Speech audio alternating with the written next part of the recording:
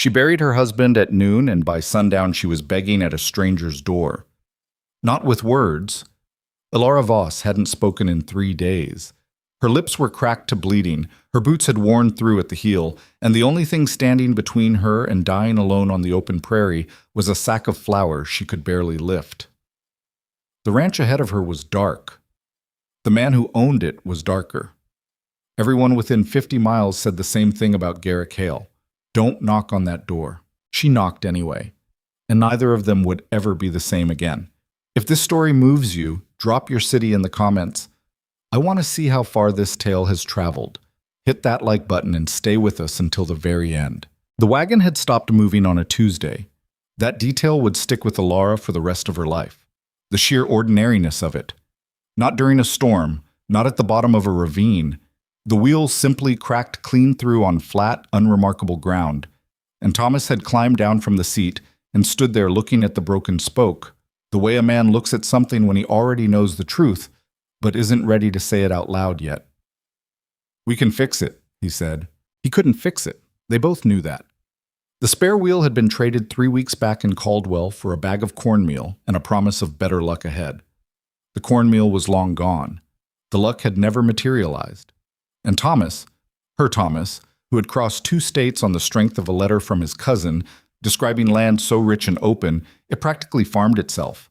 Thomas had been coughing since Kansas and lying about it since Nebraska. That night he ate almost nothing. Ilara sat beside him in the back of the wagon and listened to his breathing in the dark, that wet, labored sound that she'd been pretending not to hear for weeks. She pressed her palm flat against his chest the way she used to when they were first married, back in Ohio, when the world was smaller and safer, and the worst thing she had to worry about was whether the bread would rise. "I'm going to be fine," he said into the dark. She didn't answer. There was nothing honest she could say. By Thursday morning, he couldn't stand without her shoulder under his arm. By Friday, he had stopped pretending. He lay in the wagon bed with his eyes fixed on the canvas overhead and spoke slowly, like a man reading words carved into stone. "The flour's in the blue sack," he said. "Don't let it get wet." "Thomas," Ilara. His hand found hers. His grip was still firm. That was the cruelest part. His hands never felt sick. "The Hale Ranch is maybe 20 miles east. I heard about it in Caldwell. Big operation. They'd have work. I'm not leaving you." "I know." He closed his eyes. "But you're going to have to." He died on Saturday. Not dramatically. Not with last words she could carry forever. He simply stopped breathing sometime in the hour before dawn, while Ilara was dozing against the wagon wheel outside, too exhausted to hold herself upright anymore. When she climbed back in and touched his face, the cold of it hit her like a physical blow, a cold that had nothing to do with temperature. She sat with him for a long time. She couldn't have said how long. The sun moved, shadows shifted, and somewhere out in the grass a meadowlark sang with complete indifference to what had just happened in that broken wagon. Eventually she got up. There was no one to help her dig. The ground was hard as iron in August, and she had only the small camp shovel they'd packed for latrine holes and shallow fire pits. It took most of the morning. She buried him beside the wagon because she didn't have the strength to carry him far, wrapped in the good quilt, the one his mother had made, with the yellow squares. And she marked the place with a stone and the iron wheel hub from the broken wagon wedged upright in the dirt. She stood there a moment with her hat in her hands. She tried to pray, but the words felt hollow and far away, like she was trying to shout across a canyon. So instead she just said his name, once, quietly, the way you say something when you're not sure anyone is listening but you need to say it anyway. Then she picked up the blue flour sack and started walking east. The prairie in August is not the romantic landscape that Eastern newspapers like to describe. It is brutal, repetitive, and almost aggressively indifferent to human presence. The grass stretches in every direction, broken only by the occasional dry creek bed or a stand of cottonwoods that look half dead even in midsummer. The heat comes from both above and below, the sun hammering down and the ground radiating it back up, so that a walking person exists inside a column of hot, pressing air that carries the faint smell of dust and dry grass and something faintly mineral, like the earth itself is sweating. Ilara walked through all of it. She had a canteen half full. She had the flour, which was useless without water and fire. She had a good knife, a tin box with 12 matches, and the leather cord she used to tie her braid. She had the clothes on her back: a dark wool skirt that was far too heavy for August, a cotton blouse that had been washed so many times it was nearly translucent at the elbows, and boots that had started rubbing through the skin on her left heel somewhere around the second day. She didn't let herself think about Thomas. Not because she didn't love him. She loved him with a thoroughness that had become so woven into the fabric of ordinary life that she wasn't entirely sure where the love ended and the habit of living began. But grief, she had discovered, was a thing that could consume all available fuel if you let it burn freely, and she needed that fuel for walking. So she walked. On the second day, she found a small creek, barely a trickle, but enough to refill the canteen and soak her boot to try to soften the leather. She sat in the shade of the creek bank for a while and let herself stop, just stop, and breathe. A red-tailed hawk was hunting somewhere overhead, making long, slow circles. She watched it until the dizziness behind her eyes settled. She tried to make a fire that evening to cook a small amount of flour into something edible. A flat, dense cake, with no leavening that tasted like warm paste. But it was better than nothing, and she ate it slowly, leaning against a rock while the stars came out one by one. On the third day, the canteen ran dry. That was when things got genuinely dangerous. The heat was ferocious, and without water, the flour was dead weight she was burning energy carrying. She thought about leaving it. She didn't. Thomas had told her not to let it get wet, and some stubborn, grieving part of her was holding on to that instruction like a handhold on a steep climb. By late afternoon, she was walking in a kind of waking stupor, putting one foot in front of the other through sheer muscle memory while her mind drifted in long, strange eddies. She thought about Ohio. She thought about the kitchen of the house she'd grown up in, the smell of her mother's chicken stew, the particular sound of the clock on the mantel. She thought about the first winter she and Thomas spent married, how they'd been so poor and so happy that the combination had seemed almost ironic. She didn't notice the fence line until she'd been following it for nearly 10 minutes. It was a good fence. Thick cedar posts, tight-strung wire, the kind of fence that announced money and intention. She followed it east, and as the sun dropped toward the horizon, she crested a low rise and saw the ranch laid out below her like something from a painting she didn't quite believe. Big. That was the first word. Just big.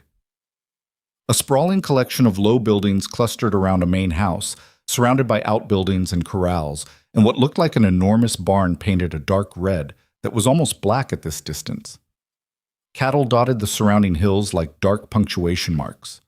There were windmills turning slowly in the evening air and lamplight already showing in several windows. Her knees gave out about 30 yards from the barn. She didn't fall exactly. It was more like a slow, graceless folding, one knee hitting the dirt and then the other, her hands pressing into the dry ground to keep herself from going all the way down. The flour sack dropped beside her. She was breathing hard, shallower than she should be, and the world had developed a shimmering, uncertain quality at the edges. "Get up," she told herself. "Get up, Alara." She got up. She picked up the flour sack. She walked the last 30 yards to the barn and pushed open the heavy door and found the nearest patch of hay and sat down in it, and that was the last thing she remembered clearly for a while.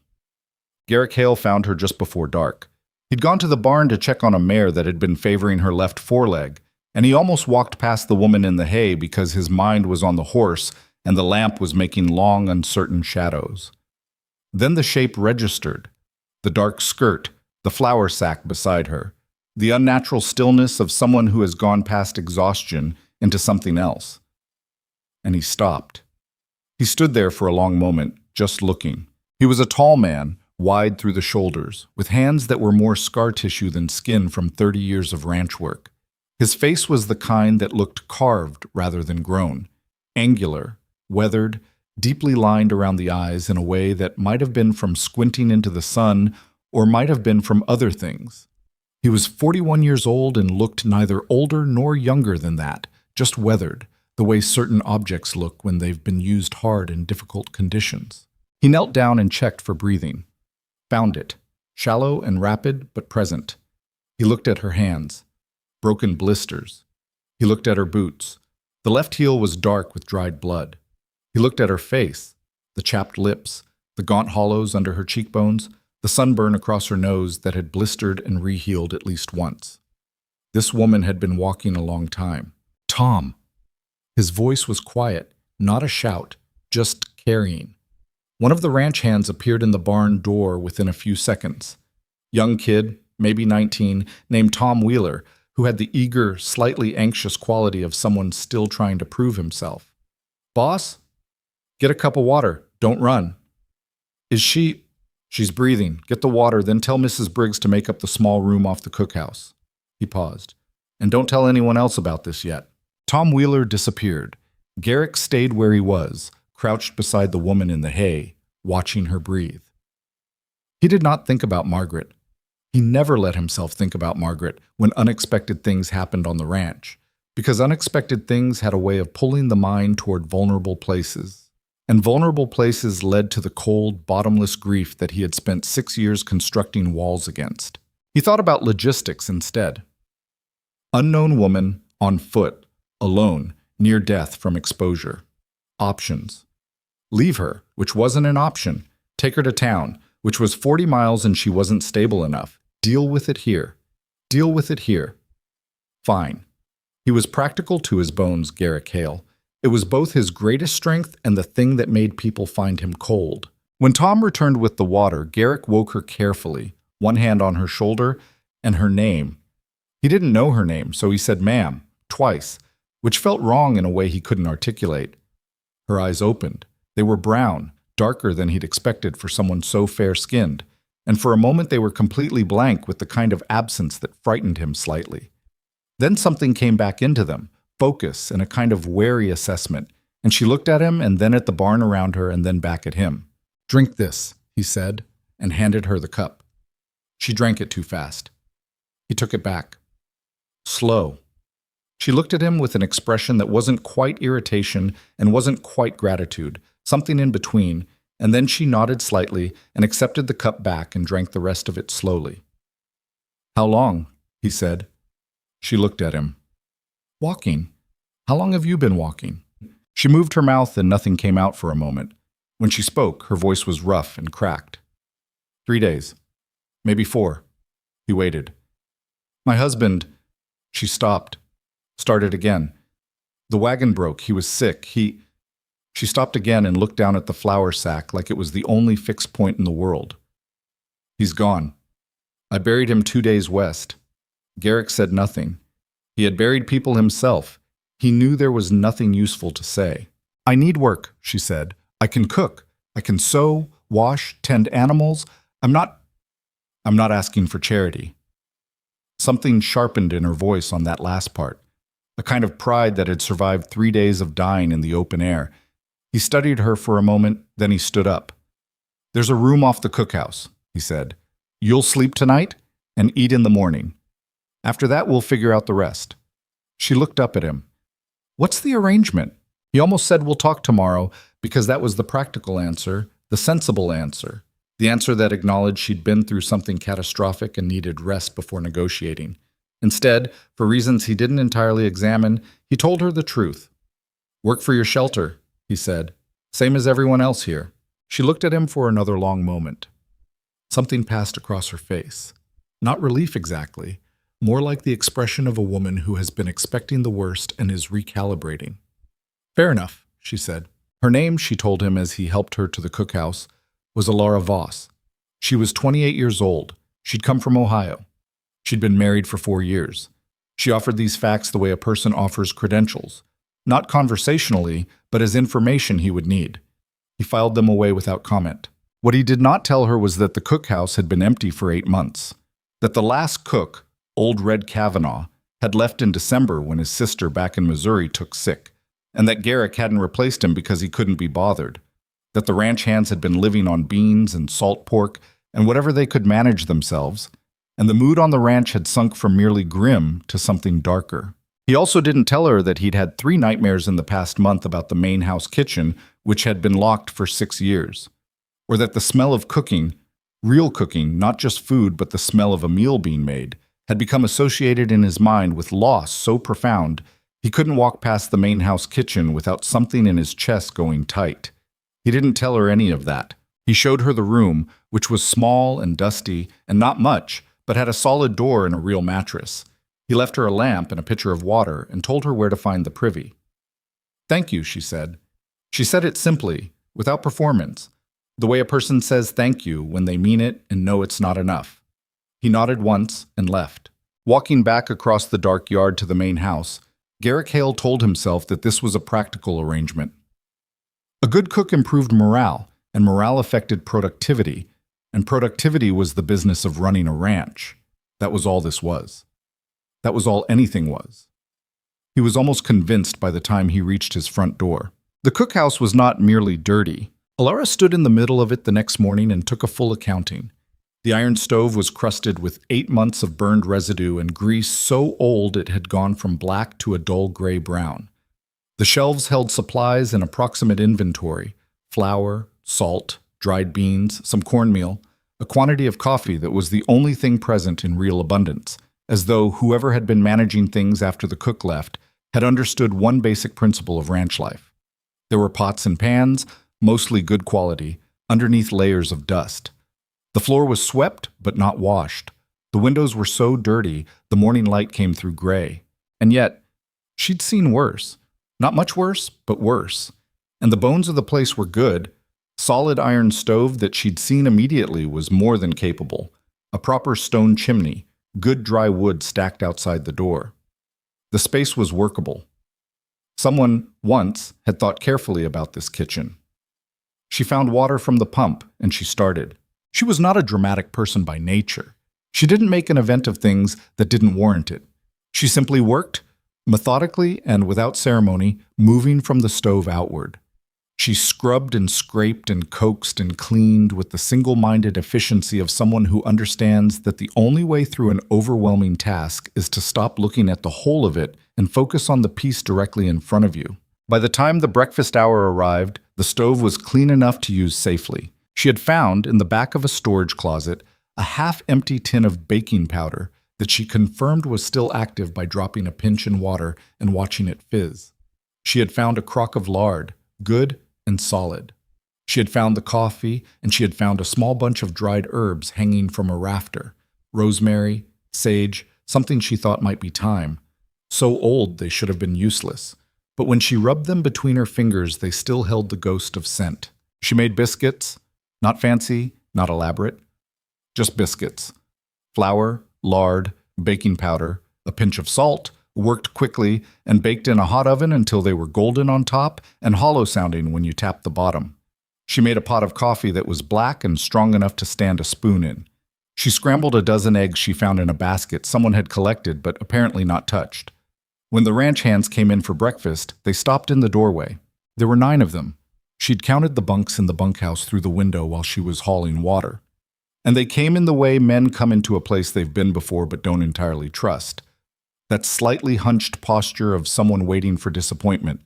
The 2 at the front literally stopped walking when they smelled the biscuits. A lean, dark-haired man in his mid-30s, one of the older hands, she'd later learn his name was Cobb, took off his hat without appearing to notice he was doing it. "Ma'am," he said. "Sit down," she said. "Coffee's hot. Don't let the eggs get cold." They sat. They ate. She watched from the corner of her eye while she made a second batch of biscuits. They were not a talkative group. She hadn't expected them to be. Ranch hands working for Garrick Hale were not likely to be the chatty type. But the quality of the silence in the cookhouse shifted as they ate, from the watchful, waiting silence of before to something more like the silence of people who are fully occupied and not unhappy about it. A young man with a badly sunburned neck took a second biscuit and looked briefly embarrassed about it. Cobb refilled his coffee cup and stared into it with an expression she couldn't quite read. "Good biscuits," said one of the younger hands, barely more than a boy, freckled, with the slightly overwhelmed look of someone new to ranch work. "Thank you," she said. "Better than what Red made," said another voice, and there was a brief silence and then cautious laughter, the kind of laughter a group releases when it's been held in a long time. She didn't realize Garrick had come in until she turned from the stove and nearly walked into him. He was standing just inside the door, not sitting at the long table with the others, just there, watching. He had a cup of coffee in his hand that she hadn't seen him pour, which meant he'd come in quietly, and she hadn't heard him over the noise of the stove, and that slightly unnerved her. "Coffee's fresh," she said, because she had to say something. "I can see that," he said. He looked around the cookhouse. She watched him take in the clean stove, the swept floor, the windows that were still dirty, she hadn't gotten there yet, and the general ordered state of a place that had been chaos 8 hours earlier. Something passed across his face. It was quick, and she almost missed it. A kind of fractional surprise that he smoothed out almost immediately, but not quite fast enough. "I need a list of what's short," she said. "Supplies. I can work with what's here, but I need to know what's expected for the season." "Talk to Silas," he said. "He manages the supply orders." "I'd rather talk to you." He looked at her. It was the first time he'd really looked at her in daylight, and she looked back with the same even directness she'd had the night before in the barn.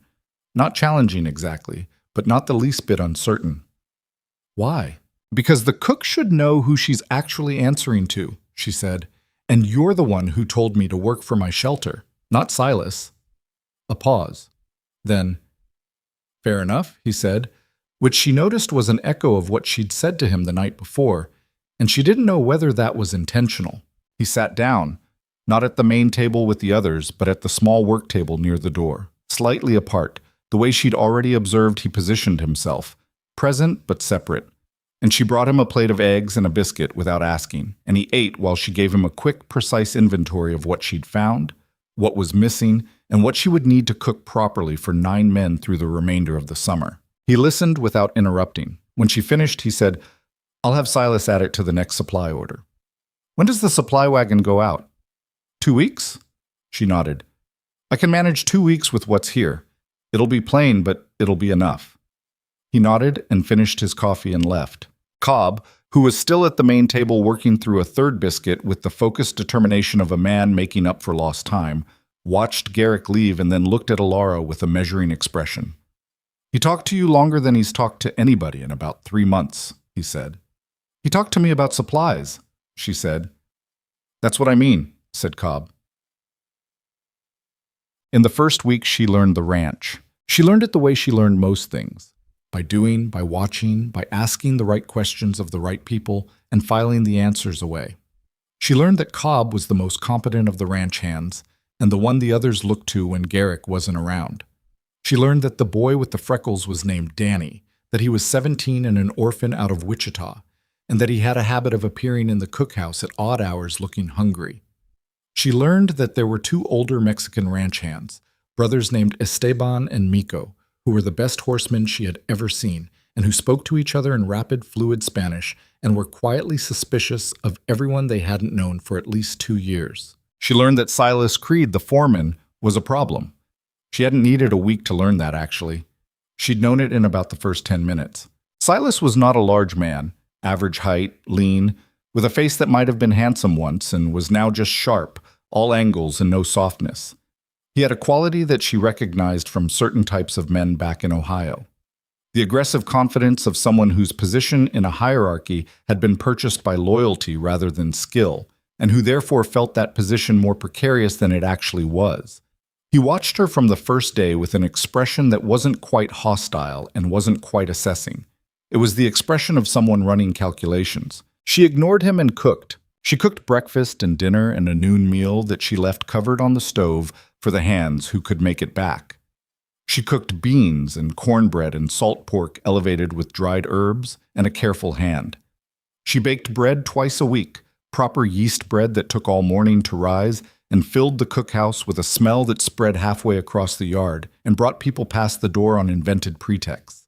She found a patch of vegetables behind the main house that had been planted and then abandoned, small, struggling things, starved for water and choked with weeds, and she cleared it and watered it and nursed it back from the edge of uselessness. She mended clothing when it was brought to her, not because it was expected, but because the pile of ripped and tattered work clothes she'd found in the corner of the supply room represented a visible, fixable problem, and she had a needle and thread and hands that weren't busy in the evenings. She gathered eggs from a half-wild flock of chickens that nobody seemed to be managing. She found a bee colony in a hollow tree at the edge of the yard and carefully harvested a small amount of honey, which she rationed like gold. By the end of the first week, she had fed 9 men 3 times a day on a budget that should have been impossible, and the food had been, Not elaborate, not impressive in the way of a restaurant or a grand house, but right, honest. The kind of food that made a man feel that someone had thought about what he needed and provided it. The ranch hands were not effusive. They weren't that kind of men. But they held doors open for her without being asked, and Danny started bringing firewood to the cookhouse before she had to ask. And Cobb had said to her on the 6th day, very quietly, in a tone that made clear he was not a man who said things like this often, "We're glad you're here, Miss Alara." Miss Alara. She noticed when they started calling her that. It wasn't something she'd asked for or expected. She didn't examine what it meant. She was too busy. On the 9th day, Silas Creed came into the cookhouse when it was empty. She was alone, in the middle of the afternoon, working through the second supply list and trying to figure out how to stretch what was left of the cornmeal through the next 10 days. She heard the door open but didn't look up immediately. She'd gotten accustomed to Danny appearing at odd hours. And when she did look up and found Silas standing in the middle of the room, something in her stomach went quiet and still. That particular animal alertness that lives below conscious thought. "Mr. Creed," she said, setting down her pen. He looked around the cookhouse with the expression of someone conducting an inspection. He let the silence sit for a moment longer than was natural. "You've done some work," he said finally. It was not exactly a compliment. "Yes," she said. "The men seem happy." He said it the way someone says a thing they think shouldn't be true. "I hope so," she said. "That's what cooking is for." He moved toward the shelves, picked up a jar, looked at it, set it down. She watched his hands. He had restless hands, she noticed, always moving, adjusting things that didn't need adjusting. "Where are you from?" he asked. "Ohio." "Long way from Ohio." "Yes." "What happened to your husband?" She looked at him steadily. "He died," she said. "We were traveling west. The wagon broke and he'd been sick. He died, and I buried him, and I walked here." "Just walked out of the prairie," he said. "Alone." "Yes." "And Hale just let you stay." He said it with a particular inflection that she heard clearly, the implication underneath it, the insinuation about what a woman might offer in exchange for shelter. She put her hands flat on the table. She made herself speak evenly. "Mr. Hale offered me work in exchange for shelter," she said. "I cook. The men eat. There's nothing else to say about it." Silas looked at her for a long moment. Then he smiled, and the smile was the kind of smile that doesn't reach anywhere near the eyes. "Of course not," he said. "Just making conversation." He left without eating anything, which meant he hadn't come for food. Alara stood at the table for a moment after he was gone, breathing steadily, tamping down the unease in her chest. Then she picked up her pen and went back to the supply list. She told no one about the visit. There was nothing to tell, not yet. She'd had harder conversations than that and survived them. She wasn't going to run to Garrick Hale over an insinuation from his foreman. That would be exactly the kind of weakness she couldn't afford to show.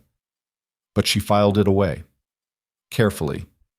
The way you file away information about hazardous terrain. The night Garrick gave her the journal, she had been at the ranch for 3 weeks. She hadn't expected it. That was what she would think about later. The unexpectedness of it. She had been at the cookhouse table after dinner, the hands all gone back to the bunkhouse, writing her inventory notes in the margins of an old almanac she'd found because she had nothing else to write on. Garrick appeared in the doorway the way he sometimes did, without preliminary noise or announcement. She'd gotten more used to this in 3 weeks, but it still caught her slightly off guard. "You're still up," he said. "Supply math," she said. "It takes time." He came into the cookhouse, a thing he did rarely, she'd noticed. He usually stood in the doorway, and set something on the table beside her. It was a journal, a small one, leather-covered, the leather hand-cut and hand-stitched with the careful imprecision of someone who had made it themselves rather than bought it. The pages inside were clean and blank and slightly rough, the kind of paper that took ink well. She looked at it for a moment. Then she looked at him. He was looking at the window, not at her, with the slight discomfort of a man who has done something that required more vulnerability than he is comfortable with. "For the supply lists," he said, "and whatever else you need to write down." She picked it up. The leather was soft and smelled of the tannery and something else. Linseed oil, she thought. from the workshop. He'd treated it himself. "You made this," she said. "The pages are from the store in town. He stopped. "It doesn't matter." "Thank you," she said. She meant it. She meant it more than she'd meant anything since she'd arrived. And she wasn't sure why exactly, except that in 3 weeks of hard work and careful management, she had been treated well in a practical sense. But this was the first thing that had felt like someone seeing her. He nodded once and left. Elara sat at the table for a while after he'd gone, turning the journal over in her hands. She thought about Thomas. She thought about how Thomas had known, in the last days, that he was leaving her in a hard place, and how that knowledge had lived in his eyes even when he was too weak to speak clearly. She thought about whether he would be glad she'd ended up somewhere like this. Not safe, not easy. Nothing about the frontier was safe or easy. But here, with work and a purpose, and a table, and hands that were busy enough to keep the worst of the grief at bay, she thought she didn't know. She might never know. And she was going to have to find a way to live with not knowing. She opened the journal to the first page and wrote the date at the top and below it the supply inventory, numbers and items, the plain and necessary business of keeping 9 people fed in a hard country. The lamp burned low while she wrote. Outside, the prairie was dark and immense and very quiet, and inside the small, clean cookhouse, Elara Voss kept working. The journal filled up faster than Elara had expected, not just with supply lists, though those were there, meticulous and cross-referenced, because she had learned early that the difference between a ranch that ate well and a ranch that didn't came down to knowing exactly what you had and exactly what you'd need before the moment you needed it. But there were other things too, written in the evenings when the cookhouse was quiet and the lamp was the only warm light in her corner of the world. Notes on the garden, observations about which hands had dietary complaints she hadn't been told about. Cobb, she'd discovered, had a stomach that couldn't manage too much fat, though he'd never said a word and just quietly ate around the salt pork. Danny was still growing and ate more than his thin frame suggested. Esteban, the older of the 2 brothers, drank coffee in the mornings with the focused devotion of a religious ritual and became noticeably more communicative after his second cup. She wrote these things down because knowing people was part of feeding them well. And she wrote other things too, smaller things. The way the light hit the cottonwood trees at the east edge of the property in the early morning, or a particular description of what the prairie smelled like after a brief afternoon rain. She hadn't written anything that wasn't practical in years. Thomas had not been a man who understood writing for its own sake, not in a dismissive way, just in the way of someone whose mind worked differently, and she had set aside the habit gradually and hadn't noticed how much she missed it until she had pages and a pen again. She didn't examine that too closely. She had enough to examine. The ranch had a rhythm, and she was learning it the way you learn a piece of music. First the main melody, then the variations, then the places where it went unexpected. The workdays started before full light and ran until the body simply refused to continue, which in late August meant a good 14 hours for the hands doing heavy labor. She adjusted the meal schedule to match coffee and something hot on the stove before dawn, a real breakfast when the first major work push was done, a noon meal that was substantial enough to carry a man through afternoon heat, and supper that was the largest meal of the day because it needed to rebuild what the day had taken out of them. She was always the first up and usually the last to sit down. The garden, which had been close to a total loss when she found it, was responding. She'd pulled weeds for 3 solid evenings, worked through the hard-pan soil with the only garden fork she could find, an old, slightly bent one from the barn, and watered it morning and evening from the pump. The carrots were not going to be impressive. The beans were scraggly but alive. The herbs were coming back with a vigor that surprised her, thyme and sage, and a patch of something she'd initially thought was a weed before she tasted a leaf and recognized it as wild oregano, which changed several things about her supper planning. Garrick saw her working the garden one evening and stopped at the fence line. He did that, stopped at boundaries and observed. She'd noticed it as a pattern. He watched things from a distance before he engaged with them, which she thought was probably a survival trait in a man who ran a ranch alone and didn't trust easily. "I didn't think that was worth saving," he said. "Most of it still isn't," she said honestly, not looking up from the bean plants. "But some of it is. We had a kitchen garden once," he said, and then he didn't say anything else, and she didn't ask, and he walked away. She'd heard things in 3 weeks, Nothing direct? Nobody on this ranch said anything direct about anything personal, least of all about Garrick Hale. But fragments.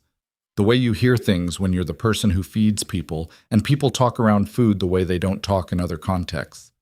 She'd heard that there had been a wife, years back, that there had been something worse than losing a wife, that the main house kitchen had been shut for a long time, that Garrick had been a different man before, not kinder exactly, but less sealed up, more present in the way of someone who believes the world holds things worth being present for. She didn't know what to do with this information, so she mostly just held it carefully, the way you hold something fragile when you're not sure where to set it down. What she knew for certain was that the man functioned on a principle of strict transaction.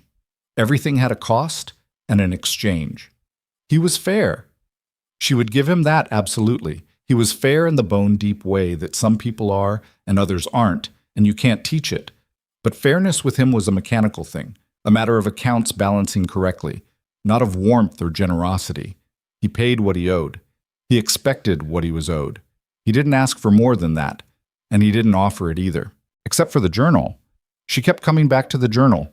A man who functioned on pure transaction didn't spend time in his workshop hand-stitching a leather cover for someone's supply lists. That wasn't transaction. That was something else, something he probably hadn't meant to reveal and didn't know quite what to do with now that he had. She wasn't going to make anything of it. She had enough to manage without making something of things that weren't her business. But she noticed it and filed it away in the same careful place where she kept information about hazardous terrain. It was Cobb who told her about Silas, in the way that Cobb told her most useful things, sideways, while doing something else, as though the information was incidental. They were at the corral fence one afternoon, watching Esteban work a young horse that had been coming along slowly. Cobb had a piece of tack he was mending, running a leather needle through with the patience of someone who had done this particular task hundreds of times and found it meditative. Silas was here before Hale bought the ranch, Cobb said, not looking up from the leather. Worked for the previous owner. Hale kept him on because he knew the land and the existing cattle. Alara waited. That was 11 years ago, Cobb said. Silas has been the number 2 on this ranch for 11 years. That's a long time to be second. I'm not trying to be anything on this ranch, she said. I'm the cook. Cobb ran the needle through and pulled the thread tight. That's not how Silas sees it, he said. The way Silas sees it, you came in and in 3 weeks you've got more good standing with the men than he does. And Hale listens to you. Not to your ideas about cattle or range management, but he listens to you. He listens to me about supplies. He listens to you, Cobb repeated, with the particular emphasis of someone who is being patient. Silas has been trying to get Hale's ear for 11 years. You got it in a week. She looked at Esteban and the horse for a while. The horse was skittish, breaking sideways every few minutes, and Esteban was letting it, not fighting, just keeping steady contact and moving with it. What does he want? She asked. Silas. He wants the ranch, Cobb said simply. Not in the sense of owning it, in the sense of running it. He wants to be the one Hale relies on above everyone else. And for a while, when Hale was at his worst, after the bad years, he pretty much was. Man who's drowning isn't thinking about whether the person pulling him up has good intentions. Hale's not drowning now. No, said Cobb. He put down the tack and looked at her.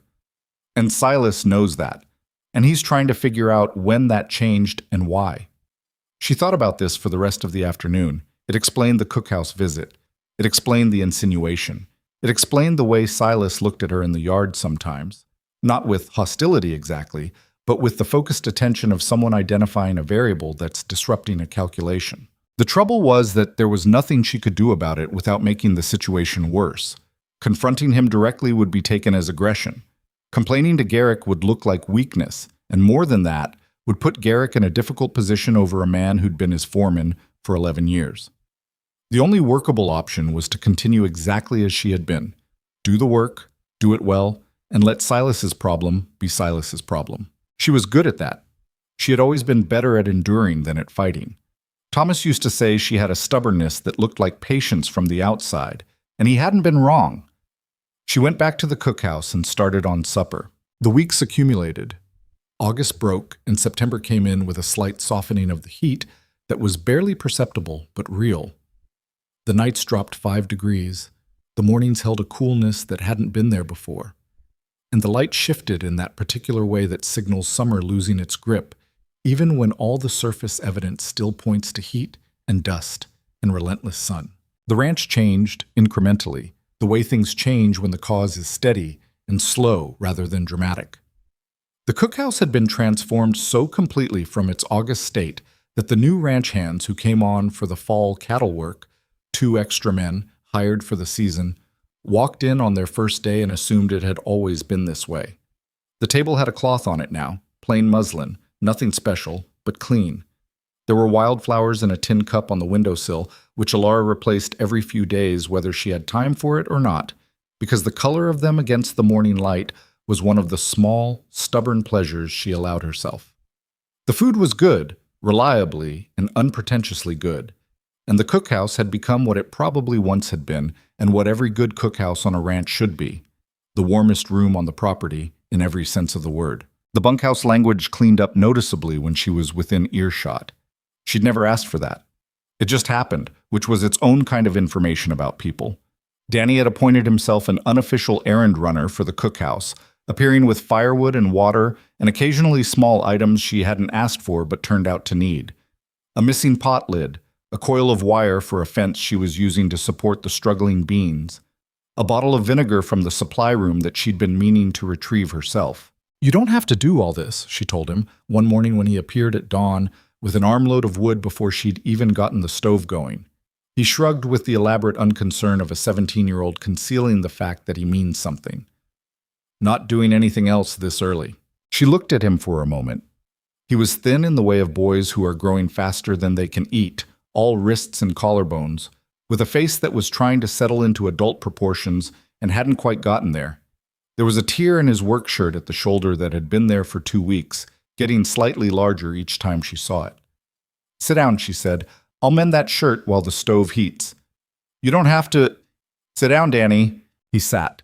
She pulled out her sewing box and threaded a needle, and he sat quietly while she worked on his shoulder seam, and she thought about what Cobb had told her, that Danny was an orphan out of Wichita, and she thought about what it meant to be 17 and alone in the world, and working for a man like Garrick Hale on a ranch where warmth was not in large supply.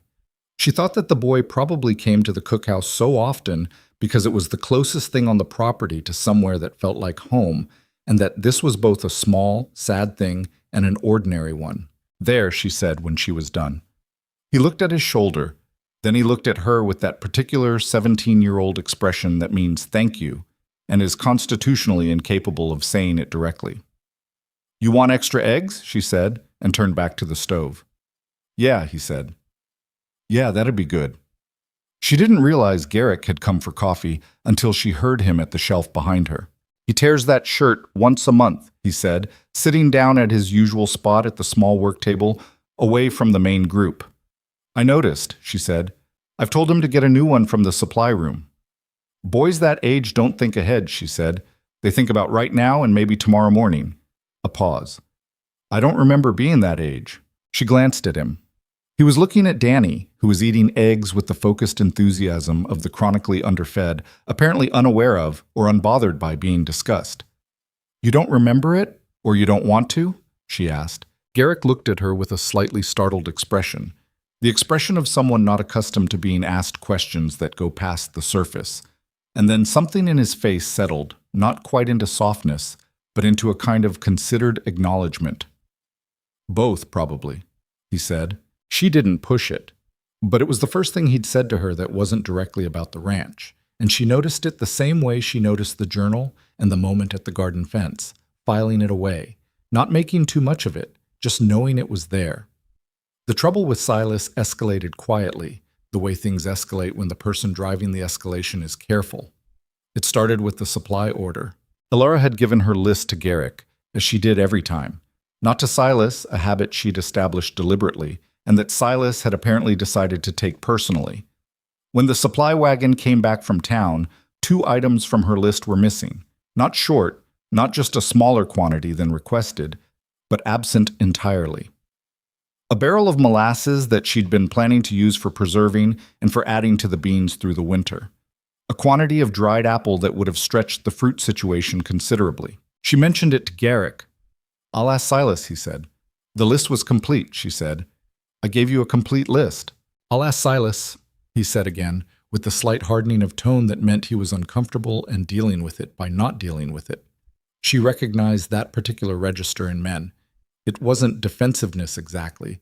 It was more like a closing of doors in order to manage the room pressure, and she'd learned not to push against it directly because it just made the doors shut tighter. She went back to the cookhouse and recalculated her winter supply plan without the molasses and the apples, which was genuinely irritating but not impossible. Silas, when she passed him in the yard the next afternoon, gave her the thin, smiled look of a man who had scored a point. She kept her face completely even and walked past without slowing her pace. She could feel his gaze on her back for a long time after. It happened again the following week. Different items, same pattern. And then she started noticing other things. A conversation in town that Cobb mentioned obliquely. Somebody at the feed store had asked him about the widow woman at the Hale Ranch, in a tone that Cobb characterized as not friendly. A story circulating, apparently, about why a woman alone would walk out of the prairie and end up at a single man's ranch, and what the likely explanation for that situation was. She had been called worse things in her life. The frontier was not a place where women who made independent choices were given much charitable interpretation. She knew that.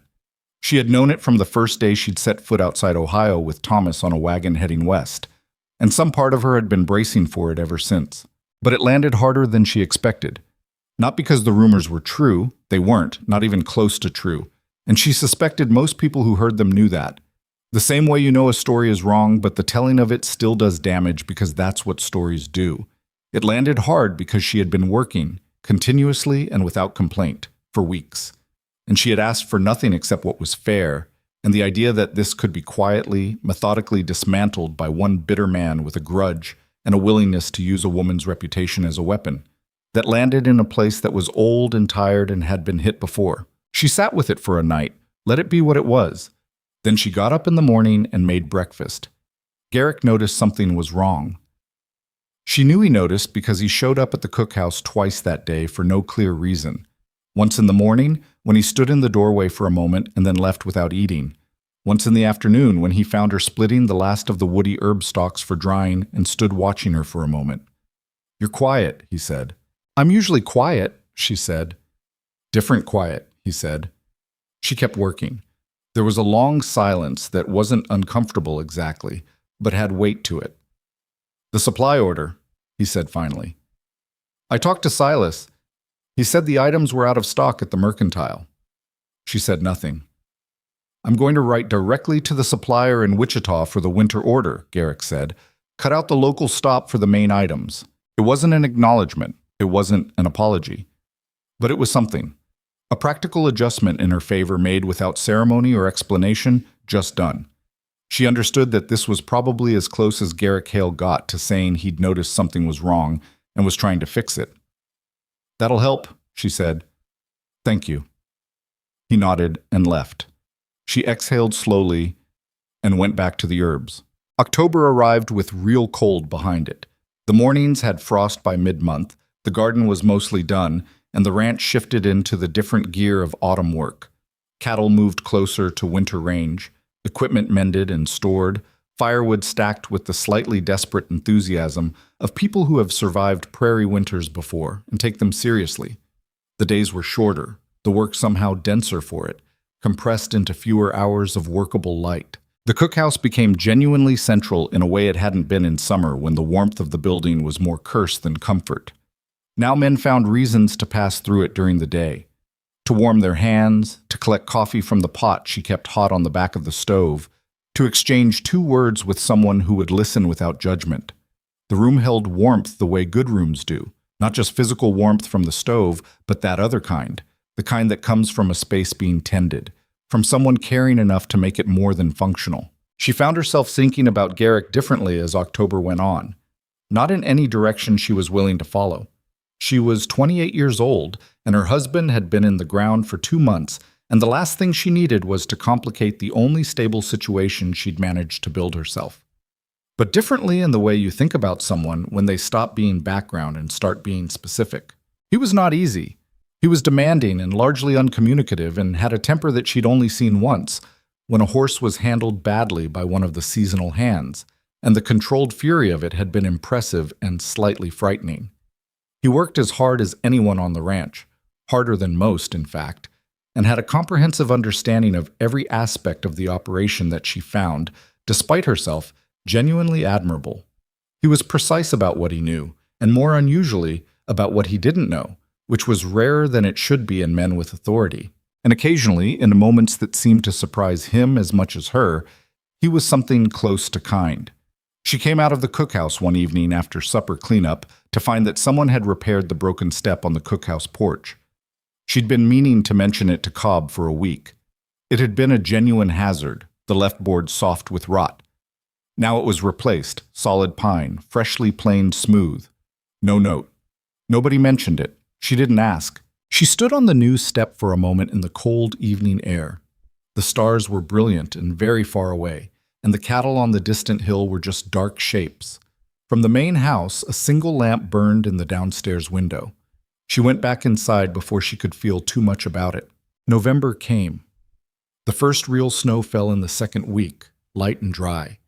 An inch that dusted the yard and the rooftops and the backs of the horses in the corral and made everything look briefly clean and temporary.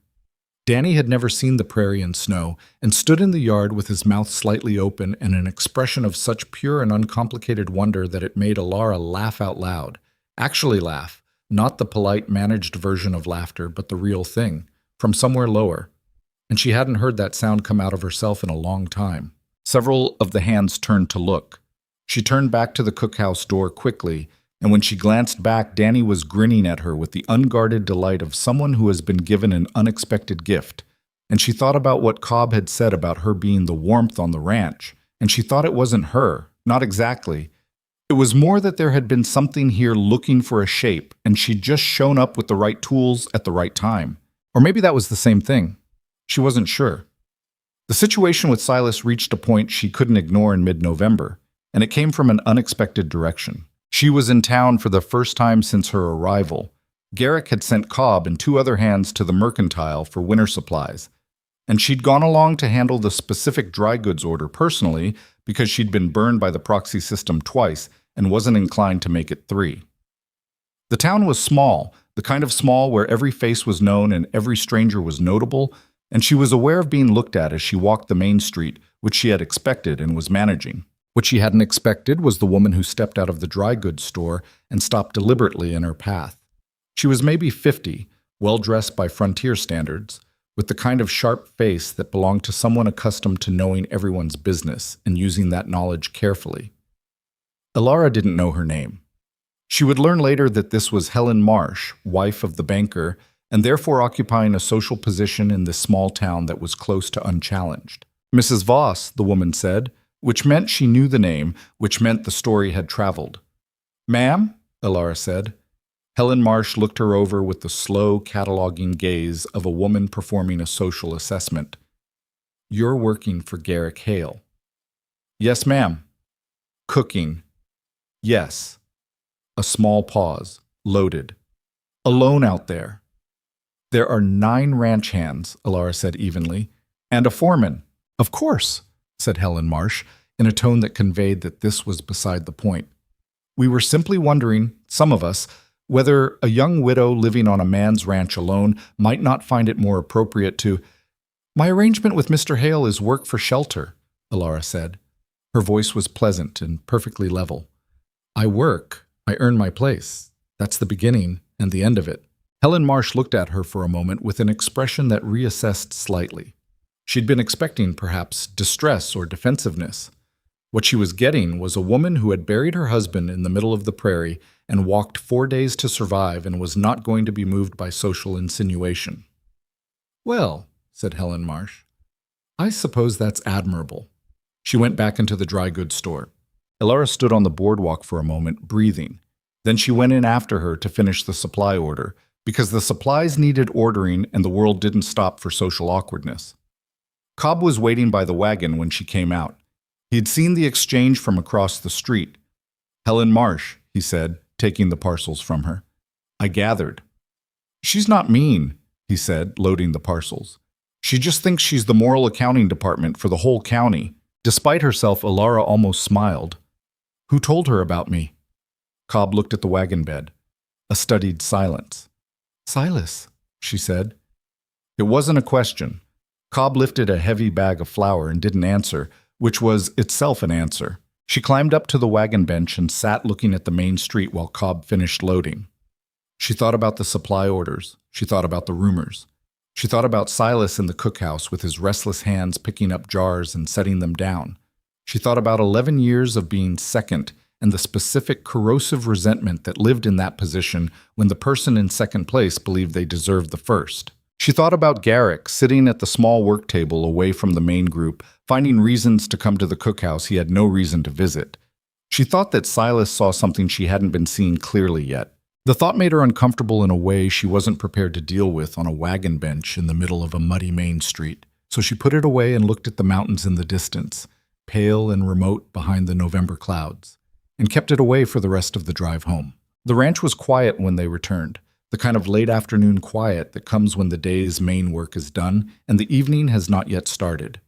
The low sun was hitting the new barn boards at an angle that turned them amber, and smoke was coming from the bunkhouse stove and from the main house chimney, and the whole property had that compressed, fortified look of a place that has made itself ready for cold weather and is holding against it. She climbed down from the wagon and began unloading the supplies, and she noticed, without particularly meaning to, that the main house lamp was already lit even though the sun wasn't fully down yet, which meant Garrick was at his desk, which he went to when he had something difficult to think through.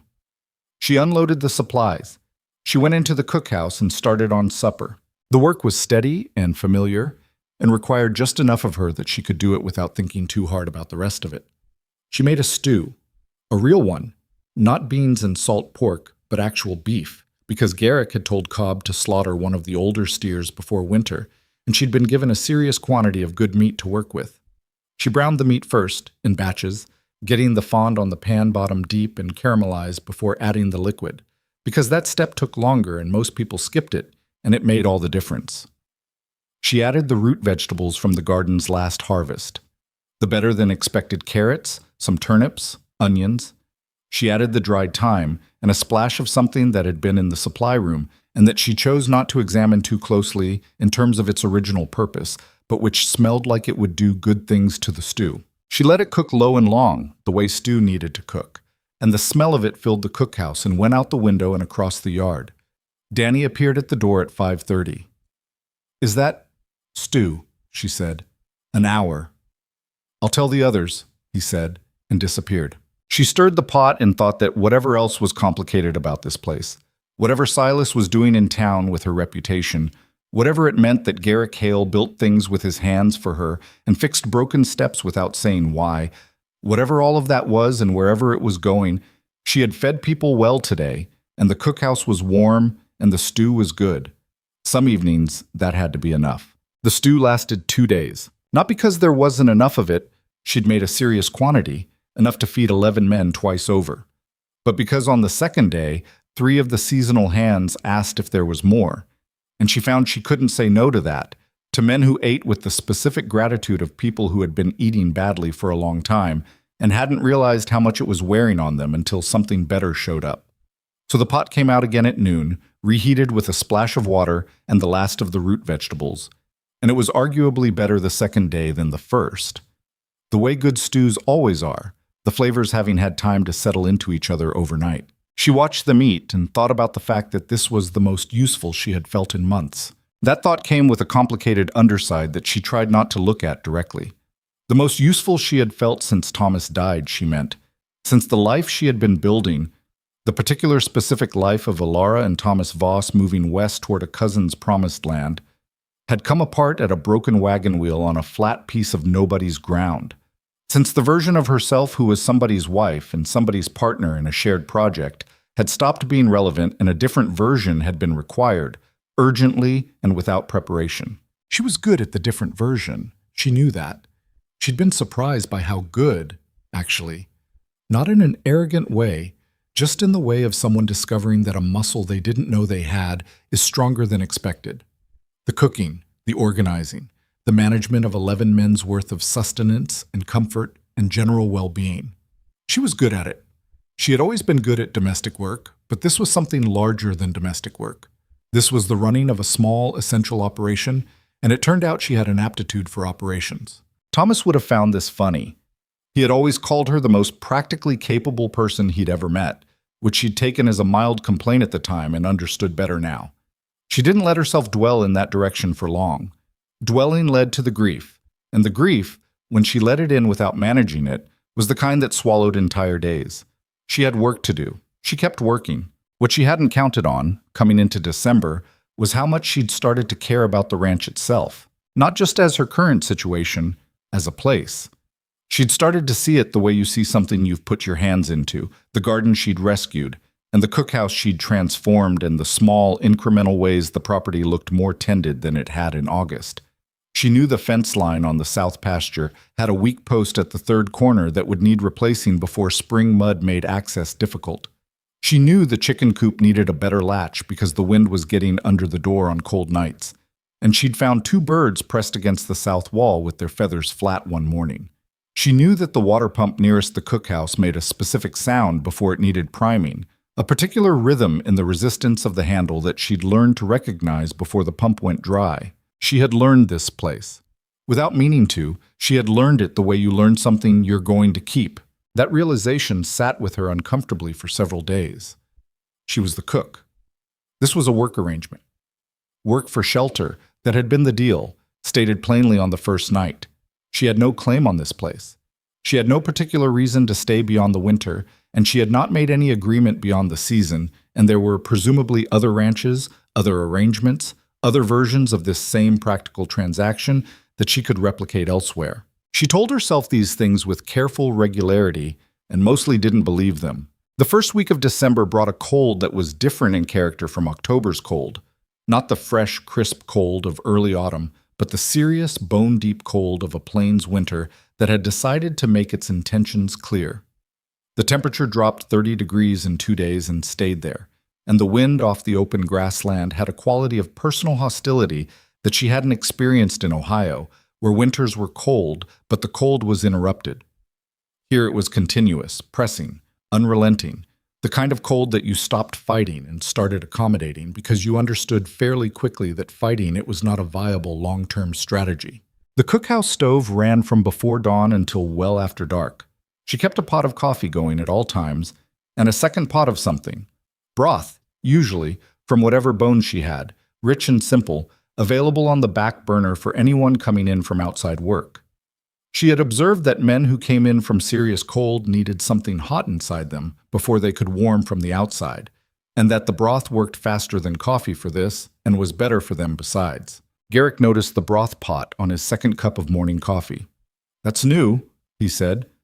"For when the hands come in from the morning feeding," she said. "Cold's bad enough now that some of them are shaking by the time they get inside." He looked at the pot for a moment. Then, "That's a good idea." Coming from Garrick Hale, those 4 words carried a weight roughly equivalent to a paragraph from a more effusive man. She accepted them with a nod and went back to the bread she was making. He didn't leave. That was unusual. He typically took his coffee and went back to the desk or the yard or wherever the morning demanded. She became aware of him sitting at the work table behind her, not doing anything in particular, just present in a way he hadn't been before. "The Hendersons lost 2 cattle to the cold last night," he said, after a while. "I heard Cobb say something about that this morning," she said. "Their barn isn't well insulated. I've been meaning to tell him for 2 seasons." "Did you tell him?" A pause. "I wrote him a letter in October." "Did he do anything about it?" "Apparently not." She shaped the dough and set it to rise. "Some people don't act until they've lost something," she said. "You can see it coming from a mile away and they still don't act." A silence. Then, "Is that a general observation or are you talking about something specific?" She turned around and looked at him. He was watching her with that considering expression she'd come to know. Not hostile, not warm, but present, actually paying attention rather than waiting for her to stop talking. "General," she said. "Mostly." Something at the corner of his mouth moved. Not quite a smile. She'd never seen an actual smile from him, wasn't sure the musculature was still in working order, but something in the neighborhood. "Mostly," he said. "People on this ranch included." she said, and turned back to the bread before she could say anything else, because she was aware that she was approaching a line she had been careful not to cross, and this did not seem like the right morning for it. He left shortly after, but the morning felt different from the ones before it, in a way she couldn't entirely quantify. She was still thinking about it, unwisely, 2 days later when Silas Creed came into the cookhouse for the second time. It was a Sunday. The hands had lighter schedules on Sundays, not idle, never truly idle on a working ranch, but the pressure was different, and several of them spent Sunday afternoons mending equipment or writing letters, or in Danny's case, apparently sleeping with the focused devotion of someone making up for the entire previous week. The cookhouse was quiet in the mid-afternoon, a rare hour of slow time, and Alara was at the table with the journal open and a cup of cold coffee she kept meaning to reheat. She was writing about the stew, actually, the recipe, with notes on the amounts and what she'd changed from her usual method and what had worked better. She had started putting actual recipes in the journal alongside the supply lists, partly because it was useful to have them written down, and partly because she found the writing itself settling, the way certain kinds of work are settling. It required just enough attention to keep the mind occupied without consuming it. She heard the door but didn't look up, and then she heard the particular quality of the silence that followed. The silence of someone who is not Danny and is not coming in casually. And she looked up. Silas closed the door behind him. He was wearing his good coat, which meant he'd come from somewhere or was going somewhere outside the ranch, and his face had the slightly heightened color of a man who has been drinking, not drunk, but past the edge of fully sober. She set down her pen. "Mr. Creed," she said. He looked around the cookhouse the same way he had the first time, the inspection gaze, but this time there was something different in it, less calculated and more raw. He'd been managing himself carefully in the weeks since October, she realized. Whatever this was, the management had slipped. "Sunday afternoon," he said, "and you're still in here working." "I was writing," she said. "Not the same thing. Writing." He looked at the journal on the table. His jaw was tight. "You know what people in town are saying about you, about this arrangement?" "I have a fair idea," she said, "and you're fine with it." "I'm not fine with it," she said, keeping her voice level. "But I'm not going to change my arrangement because of what people say. I work. I earn my place. That's what I'll continue to do. Your arrangement." He said the word like it tasted wrong. He moved further into the room, toward the shelves, and she watched his hands. Still restless, still picking things up and setting them down, but with less control now than before. "You know what your arrangement looks like to someone who's been on this ranch for 11 years? You walk in from nowhere, no references, no history, and in 3 months you've got Hale building you furniture and fixing your porch steps, and—" "He fixed the porch step because it was a safety hazard," she said, "and I didn't ask him to." "You didn't have to ask." His voice had an edge now. "That's the point. You didn't have to ask for any of it. You just moved in and started rearranging things like you own the place." "I cook," she said. "I maintain the cookhouse. I manage the supplies. That's all I do." "That's not all you do."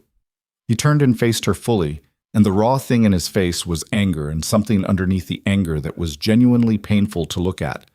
The specific pain of a person who has wanted something for a long time and watched someone else get it without apparently trying. "I have been here for 11 years. 11 years of every drought, every bad winter, every run of sick cattle and fence disputes, and all of it. And he trusted me. He relied on me. And then you walk in from the prairie with a flour sack, and 3 months later He stopped. The room was very quiet. "He's what?" she said softly. Silas looked at her. "Different," he said. The anger in his voice had lost its footing, and what was underneath came through, and what was underneath was not malice. It was grief. A different kind from hers, but recognizable. "He's different, and it's because of you, and I don't—" He pressed his mouth shut, looked at the window. She sat with that for a moment. She thought about what Cobb had told her, about Garrick at his worst after the bad years, and about Silas pulling him through it, and about what it meant to be the person someone leaned on through their worst time. How you became essential to them in a way that didn't require you to be good or kind, just present. How losing that essential position could feel like losing something you had earned. "I'm not trying to take anything from you," she said. I don't want to be anyone's right hand here. I just want to do my work and earn my keep. That's all this has ever been." "Then why does it feel like you've taken everything?" he said. His voice was different now, stripped of the anger, just the raw fact of it. She didn't have an answer for that. She thought that some things that were true couldn't be fixed with an answer. "I think you should go," she said, "before you say something that can't be unsaid." He looked at her for a long moment. Then he turned and went to the door and stopped with his hand on the frame. "You know what happened to his wife?" he said, without turning around. She said nothing. "She died in childbirth, the child too. 3 years after he started this ranch, when he'd finally started to believe things were going to work." His voice was flat now, emptied out. "And he shut down like a house closing up for winter, and I was the only person who could get 2 words out of him for about 2 years. And now you're here, and he's—" He stopped again, made a sound that wasn't quite a laugh. "He fixed your porch step, Ilara." He used her first name. First time. He walked out. She sat in the quiet cookhouse for a long time. The fire in the stove ticked and settled. Outside, the wind was doing something complicated to the roof of the barn. She looked at the journal open on the table, the recipe she'd been writing, the careful notes about stew and broth and how to make something good from limited materials, and she thought about the way Garrick stood at the edge of the garden fence and said, "We had a kitchen garden once," and didn't explain. She thought about that for a while, and then she closed the journal and picked up her pen and put it away. The confrontation with Silas had unsettled something she'd been keeping carefully settled, and that was not something she could fix in an afternoon. She got up and started the supper preparations because there was supper to make, and that, at least, was something she could control. The something that was unsettled did not go away. It lived in the cookhouse with her through the rest of December, quiet and persistent, like a draft you can feel but can't locate. She went about her work with the same steadiness as always. The meals, the supplies, the garden in its winter dormancy, the small daily repairs and adjustments and attentions that kept 11 people on a remote ranch fed and functional through a plains winter. But under all of it, there was a new awareness that she couldn't quite get comfortable with. She paid more attention to Garrick. She hadn't meant to start doing this, and she couldn't make herself stop. She noticed the way he held himself in the cookhouse, always slightly turned toward the door, always with that fractional distance, as though making sure the exit was available.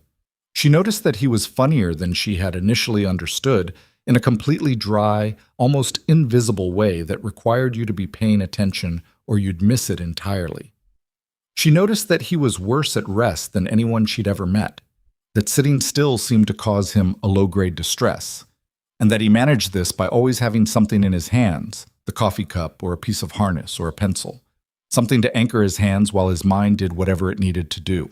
She noticed that he came to the cookhouse more than he had in August, more than he needed to, by any practical accounting. She noticed herself noticing and told herself to stop. The week before Christmas, she was not going to make it into an event.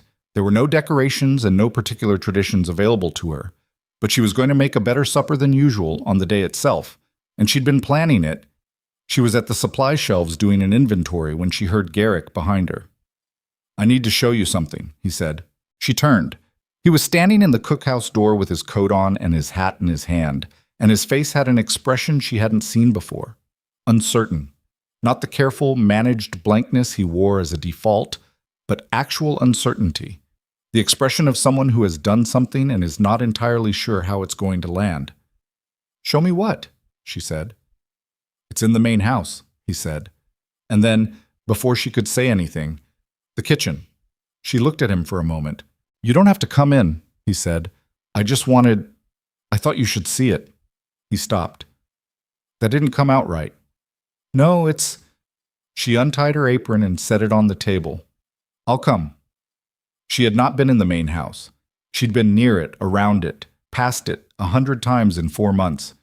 But she had not been inside, and she was aware as they crossed the yard together in the cold evening air that this was significant in a way neither of them was naming. The main house was larger than it appeared from outside. The front room had the particular quality of a space that was used functionally but not inhabited. Good furniture, solid and well-made, but no softness, nothing that suggested someone spending time there by choice rather than necessity. A desk covered in ledgers and maps that she recognized as Garrick's primary workspace. 2 chairs by the fireplace, both facing it, neither set at the angle of someone sitting there for company. He led her toward the back of the house and stopped at a door. He opened it. The kitchen was dark. He reached around the frame and lit the lamp just inside the door before she could see it fully, and when the light came up, she took a slow breath. It was a good kitchen. Had been a good kitchen, was still a good kitchen under the layer of time that sat over everything in it. The cast iron stove that was a better model than the cookhouses, the wide stone counter along the east wall, the window over it that in daylight would look out on the garden she'd rescued. There were shelves along the north wall, proper built-in shelves with brackets and a cornice, clearly made by someone who knew what they were doing. And on those shelves, newly built, she could smell the fresh wood, the clean pine scent of something recently made. There were smaller shelves, not new in the same style as the old ones. These were made separately and mounted between the original brackets, and they were sized specifically. One the perfect height for a row of herb jars. One the right depth for recipe books. One with small square sections that she recognized, without being told, as the right dimensions for her supply ledgers. She stood in the kitchen doorway and looked at the shelves. "I used the plans you mentioned," he said from behind her. His voice had the careful neutrality of someone not certain whether they'd done something good or made an error. "From the journal. The supply organization system. The measurements you wrote down last month." She had written about wanting a proper organization system, not to him, just in the journal, the way she wrote things in the journal, privately. She'd written about the ideal height for herb jars so you could read the labels without bending. "You read my journal," she said. A pause. "The supply section," he said. "I needed the winter inventory numbers and you'd left it on the work table and I shouldn't have read further. I owe you an apology for that." She turned around. He was standing in the hallway outside the kitchen door, not having come inside, still with that uncertain expression. "You built shelves based on notes I wrote to myself," she said. "Yes," he said. He held her gaze. "Which I understand may be—" "It's not," she said. A silence. "The kitchen's been closed for 6 years," he said. Then carefully, "I thought it might be time to open it." She looked at him. He looked back. He was not a man who made gestures. She knew that down to the bone by now. He was not a man who gave things easily or offered more than what a situation strictly required, which meant that this, the shelves he'd built from her private notes, the kitchen he'd unlocked after 6 years, the expression on his face that was the most unguarded she had ever seen, meant something she was not yet ready to say out loud in this cold house in the middle of December. "I'll need to clean the stove before it's usable," she said. Her voice came out steady, which she was grateful for. "That'll take most of a morning." Something shifted in his face. Relief, she thought. Though on Garrick Hale's face, relief looked more like the dropping of a tension that had been there so long you'd stop noticing it. "I can help with that," he said. She nodded once and turned back to the kitchen, looking at the shelves he'd made from her private notes, and the window that would look out on the garden, and the stove that would take most of a morning to clean. "Tomorrow," she said. "We'll start tomorrow." What happened 3 days later came from a direction she should have anticipated and didn't. She had been preparing the Christmas supper, working through the afternoon with focused intent. She'd managed a small turkey from the Henderson farm 2 miles east, trading a week's worth of bread for it, and there were sweet potatoes from the last of the root cellar, and a dried apple pie that had taken most of her saved apples, and that she was quietly proud of, though she wouldn't have said so to anyone. The cookhouse smelled extraordinary. Even the seasonal hands who'd been heading back to their home ranches after the fall work had asked to stay through Christmas on the strength of whatever was cooking. It was late afternoon, the light already going in the way of short December days, when she heard raised voices outside. Not unusual on a ranch. Men worked in close quarters, and tempers ran short in cold weather. She kept working. But the voices escalated, and then there was the distinct sound of something being knocked over in the yard, and she went to the cookhouse door. Silas was standing in the middle of the yard with the particular stance of a man who is very drunk and very angry and has stopped managing either. He was loud. She'd never heard him loud before, his usual mode being that controlled, cutting quietness. And he was loud in the direction of Garrick, who had come out of the main house and was standing 10 feet away, with the expression of a man who is working very hard to remain controlled. Most of the hands had come out of the bunkhouse. Danny was standing near the barn door. Cobb was at the edge of the group, watchful. She couldn't hear all of it, Not at first. Silas's voice was ragged and overlapping itself, the way drunk speech gets when it can't keep pace with the thoughts driving it. She caught fragments, 11 years and never once, and this woman you don't even know, and the last one hit her like cold water because she understood then what this was and what it was going to become. She stepped off the cookhouse porch. She should have stayed inside. She knew, even as she walked across the yard toward the center of it, that her presence was going to make this worse. But Silas had seen her come out, and he turned and pointed at her with the unsteady focus of someone locating the source of the problem, and at that point staying back wasn't a real option anymore. Her, Silas said. His voice was raw. 3 months. 3 months, and she's got everything I built for 11 years. Silas? Garrick's voice was careful. Go to the bunkhouse. No, I want everyone to hear this. I want them to hear what she is. He was looking at Alara now. Her husband didn't just get sick. He was sick before they left. Everyone in Caldwell knew it. You think a healthy woman with options walks out here alone? She knew he was dying when she left Ohio. The yard was very quiet. You don't know anything about my husband, Alara said. Her voice surprised her. It was quiet, and it was steady, and it was very cold. I know you let him die in the middle of the prairie, and then you walked yourself straight to the biggest ranch in the county.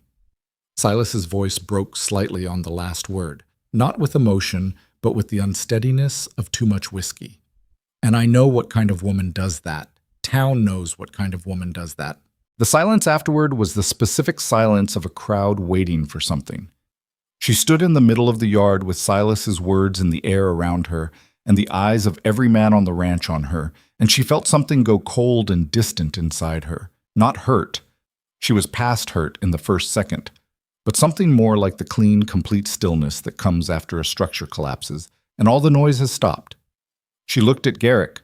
He was looking at Silas, and his face had the controlled fury she'd seen once before over a mishandled horse. But underneath the fury, in the half second before he managed it, she saw something else. She saw the doubt. It was brief. Barely a flicker, the hesitation of a man who has learned not to trust anything fully, processing an accusation with the part of him that could not stop being careful. It lasted less than a second. He was already moving past it, already opening his mouth, but she had seen it. That half second was enough. She thought about the journal. She thought about the shelves in the kitchen. She thought about the porch step and the morning at the work table and the way he'd stood at the garden fence and said, "We had a kitchen garden once." She thought about 4 months of building something careful and real in a place she'd arrived in with nothing. And she understood very quietly that she could not stay. Not because Silas's accusation was true, it wasn't. And she suspected that most of the people in the yard knew it wasn't.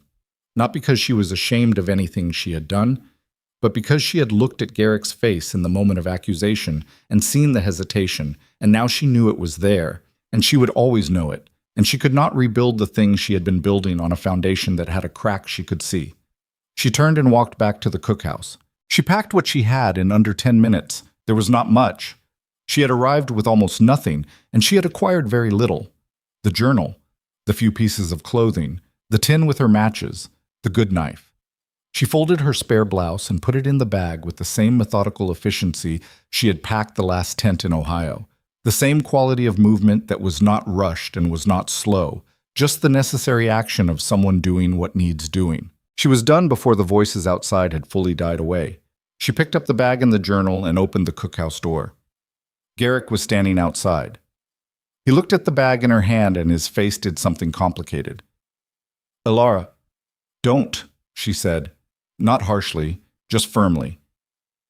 "What he said isn't—" He stopped, pressed his jaw tight. "I don't believe what he said." "I know," she said. And she did know. That wasn't the issue. She looked at him and saw him struggling with something. She could see it plainly on a face that was usually so controlled, could see that he wanted to say more and didn't have the words for it and was caught, the way he was always caught, between the person he was and the person he kept himself from being. "The hesitation," she said very quietly. "I saw it." His face went still. "You saw it for a second," she said. "I know. I know it wasn't real, but I saw it, and you'll know I saw it, and I'll know you know, and I can't—" Her voice didn't break. She held on to that with everything she had. "I can't cook in a kitchen where that lives." She walked past him. He didn't stop her. She thought about that later, that he didn't stop her, and understood it. Garrick Hale was a man who had learned that holding on to things caused a specific kind of damage, and that damage had become so familiar he'd stopped being able to identify it as damage anymore. The yard was empty except for Cobb, who was standing by the main fence with the look of a man who had watched something happen and didn't know what to do about it. He looked at her bag and then at her face. "Miss Elara," he said. "Goodbye, Cobb," she said. "It's dark and it's cold," he said. "I know," she said. "I'll be fine." She said it the way she had told Thomas she was fine in the last weeks, the way you say things that are not quite true but need saying in order to keep moving. She walked to the main gate and lifted the latch. Behind her, in the cookhouse she had made from a wreck, the supper she had spent the afternoon preparing was on the stove, and the Christmas pie was cooling on the windowsill, and the lamp was burning, warm and steady, in the window. She did not look back. She walked into the dark. The cold hit her before she reached the main road. Not the cold of the air, though that was serious enough. December on the open plain, full dark, temperature already below freezing and dropping. This was the other cold, the internal kind, the cold of someone who has just done something irreversible and is feeling the full weight of it settle into their bones. She had walked away. She had said the words and picked up the bag and walked, and now the gate was behind her and the ranch lights were behind that, and the road ahead was dark in both directions, and she was, for the second time in 4 months, a woman alone in the middle of the frontier with nowhere particular to go. She kept walking. East, toward town, because that was the only direction that held anything at the end of it. Even if the end of it was 40 miles away and she had no money and no prospects, and the closest thing to a plan she had was getting through tonight and figuring out tomorrow when tomorrow arrived. The stars were out, at least. The sky was clear and brutal, and the stars were brilliant in the way they only got in cold, clear air, sharp enough to navigate by if you knew what you were doing. Thomas had taught her the major constellations on their westward journey, lying on their backs in the wagon bed in the evenings before the coughing got bad, and she used them now, Orion tracking east across the sky ahead of her, the plain stretching out flat and silver under the moonlight. She had been walking maybe 20 minutes when she smelled it. She stopped. Wood smoke was not unusual at night. Every building on the ranch burned wood, and the wind came from the west, pushing the smoke east. And she had been walking east, and she'd been smelling the faint overlay of smoke since she left. But this was different. This was not the settled, familiar smell of cook stove or fireplace. This was something sharper and bigger and wrong in the way that certain smells are immediately, viscerally wrong before the brain has finished processing why. She turned around. The sky above the ranch was orange. Not the orange of lamplight through windows, not the warm, diffuse glow of a heated building. This was the hard, mobile orange of something burning that should not be burning, and even at the distance she'd walked, she could see it moving, flickering and reaching, the quality of light that means a fire that has gotten somewhere it shouldn't and is still going. The barn. She knew it was the barn before she could possibly know it. The shape of the glow, the position of it relative to the main house lights. But she knew it the way you know things sometimes, immediately and completely, and she was already running before the thought had finished forming. She ran back the way she'd come, bag still in her hand, the cold air burning in her lungs, the gate ahead of her growing as she covered the distance in the dark. She wasn't a fast runner. She was not built for running, not in boots and a skirt on frozen ground. But she was moving at everything she had, and the distance closed faster than she expected. And when she hit the gate latch, she was going fast enough that the gate swung hard against the fence post, and she barely checked herself. The yard was chaos. The hay barn, the large one on the north end of the property, where they kept the winter feed and the equipment, was fully involved on the east side, flames 20 feet high and climbing, and the wind, which had been steady from the west all day, was doing exactly what the worst possible wind does to a barn fire, pushing it along the length of the structure rather than away from it. The smell was enormous, burning hay and dry wood and something chemical underneath that she identified as lamp oil and thought instantly, accident, someone knocked a lamp, or worse. Men were shouting. She could see figures running in the firelight, the shadows of them long and jumping. She could hear horses. The horses. There were 11 horses in the main stable, which was adjacent to the hay barn on the north side, connected by a short covered run.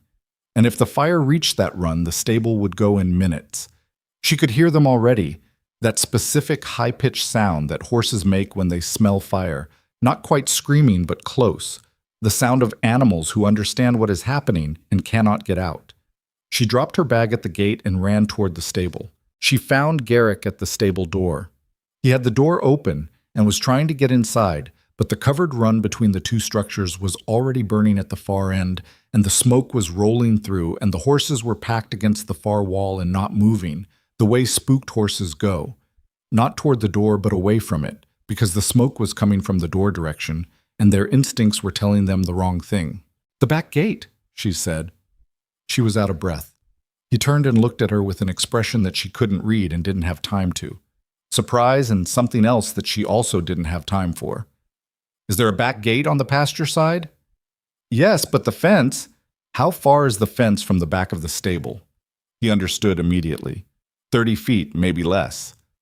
"I need something to cover my head," she said, "and a lead rope." He was already moving. He grabbed 2 lead ropes off the hook just inside the stable door and pulled off his coat without stopping and handed it to her, which left him in his shirt sleeves in December.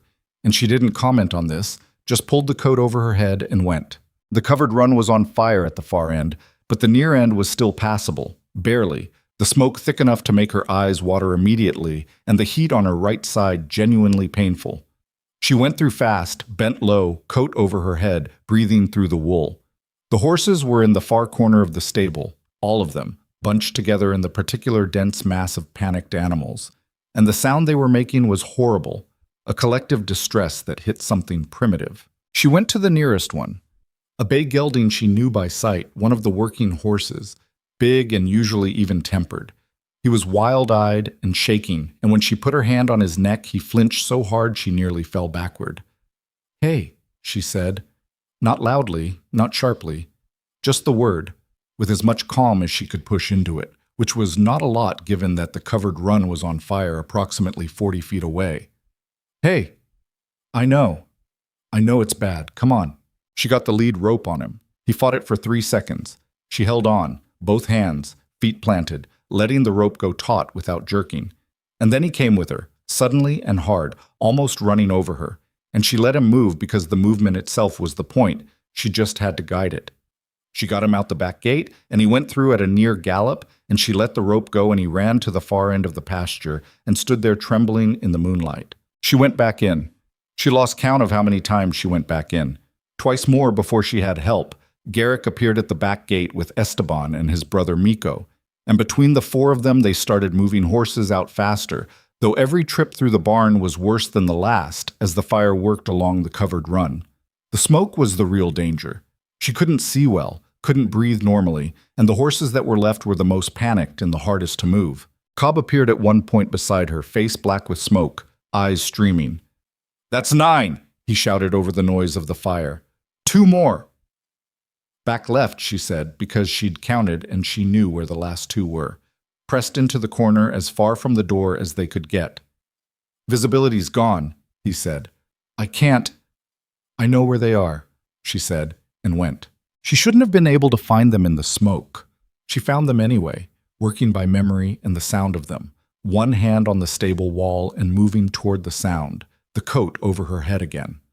She got the rope on the first one and it went berserk, rearing, coming down hard, and she held on and got herself kicked in the left thigh hard enough to buckle her knee, and she stayed upright by catching the stall partition with her free hand and hauling herself back up, which she would not feel properly until hours later when the adrenaline dropped. She got both horses out.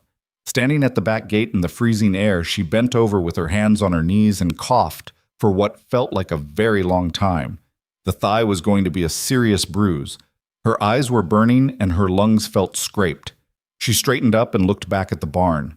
The covered run had fully caught now, and the north end of the hay barn was a near total loss. But the stable was intact, damaged, smoke-filled, the far end scorched. And the horses were all in the pasture, all 11 of them, accounted for. She made herself move. Not because she had more energy than she'd already spent, but because she could see from where she was standing that the fire was threatening to jump from the hay barn to the grain storage, and the grain storage held the ranch's winter supply. And if that went, the ranch would be in serious trouble before February. She found Danny at the pump near the cookhouse, working a bucket line with 3 of the seasonal hands. He was 17 and terrified and working very hard, and when she appeared beside him, he looked at her with an expression of enormous relief. "The grain storage," she said. "The wind's pushing it that direction. You need the line focused on the north wall of the grain storage, not the barn. The barn's probably gone, but you can save the grain storage." But Mr. Hale said, "I know," she said. She didn't know what Garrick had said, but she knew what the fire was doing. "Change the line. North wall of the grain storage. Soak it completely. Start now." Danny looked at her for 1 second, then turned and started redirecting. He was young and scared, but he listened, and the hands listened to him because in a crisis, people listen to whoever sounds like they know what they're doing. She moved along the line, organizing, directing, adjusting.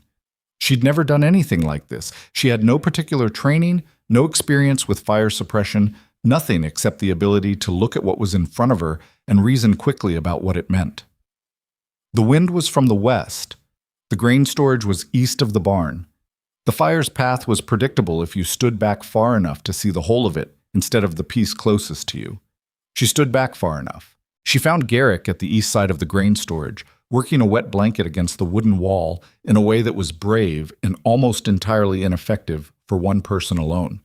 She grabbed the other end of the blanket without asking, and they worked it together along the wall. And the bucket line that Danny had redirected was reaching them now, passing buckets from hand to hand in the dark, and the firelight, and the cold. For a long time, neither of them spoke. There wasn't the breath for it, and there wasn't the need. They worked the wall together while the barn burned behind them, and the horses stood trembling in the distant pasture, and the bucket line moved in a rhythm that was exhausting and necessary, and that she had organized, and that was working. The fire did not reach the grain storage. It got close. It got close enough that the west wall of the grain storage was badly scorched and would need replacing in spring, and there were 20 minutes during which she genuinely didn't know which way it was going to go. But the combination of the bucket line on the north wall and the slight shift in the wind that happened around 10 o'clock, not much of a shift, 5 degrees maybe, but enough, kept the fire from making the jump, and by 11 the hay barn was a controlled burn rather than a spreading one. And by midnight it was embers. She was sitting on an overturned water barrel at the edge of the yard when it was finally clear they'd won, such as winning was. 1 barn destroyed, stable damaged, 11 horses safe, grain storage intact. She was covered in smoke and ash. The left thigh had announced itself as serious with a deep, throbbing persistence. Her hands were shaking, which she recognized as the delayed arrival of the body's accounting for what the mind had been too busy to process. She was very cold. She had left her bag at the gate. She had no coat. Garrick had his coat back. Someone had handed it to him at some point in the night, but she hadn't gotten it back and hadn't thought about it until this moment, when she was sitting still and the cold was doing what cold does to a body that has been running on adrenaline and has now stopped. She heard his footsteps before he reached her.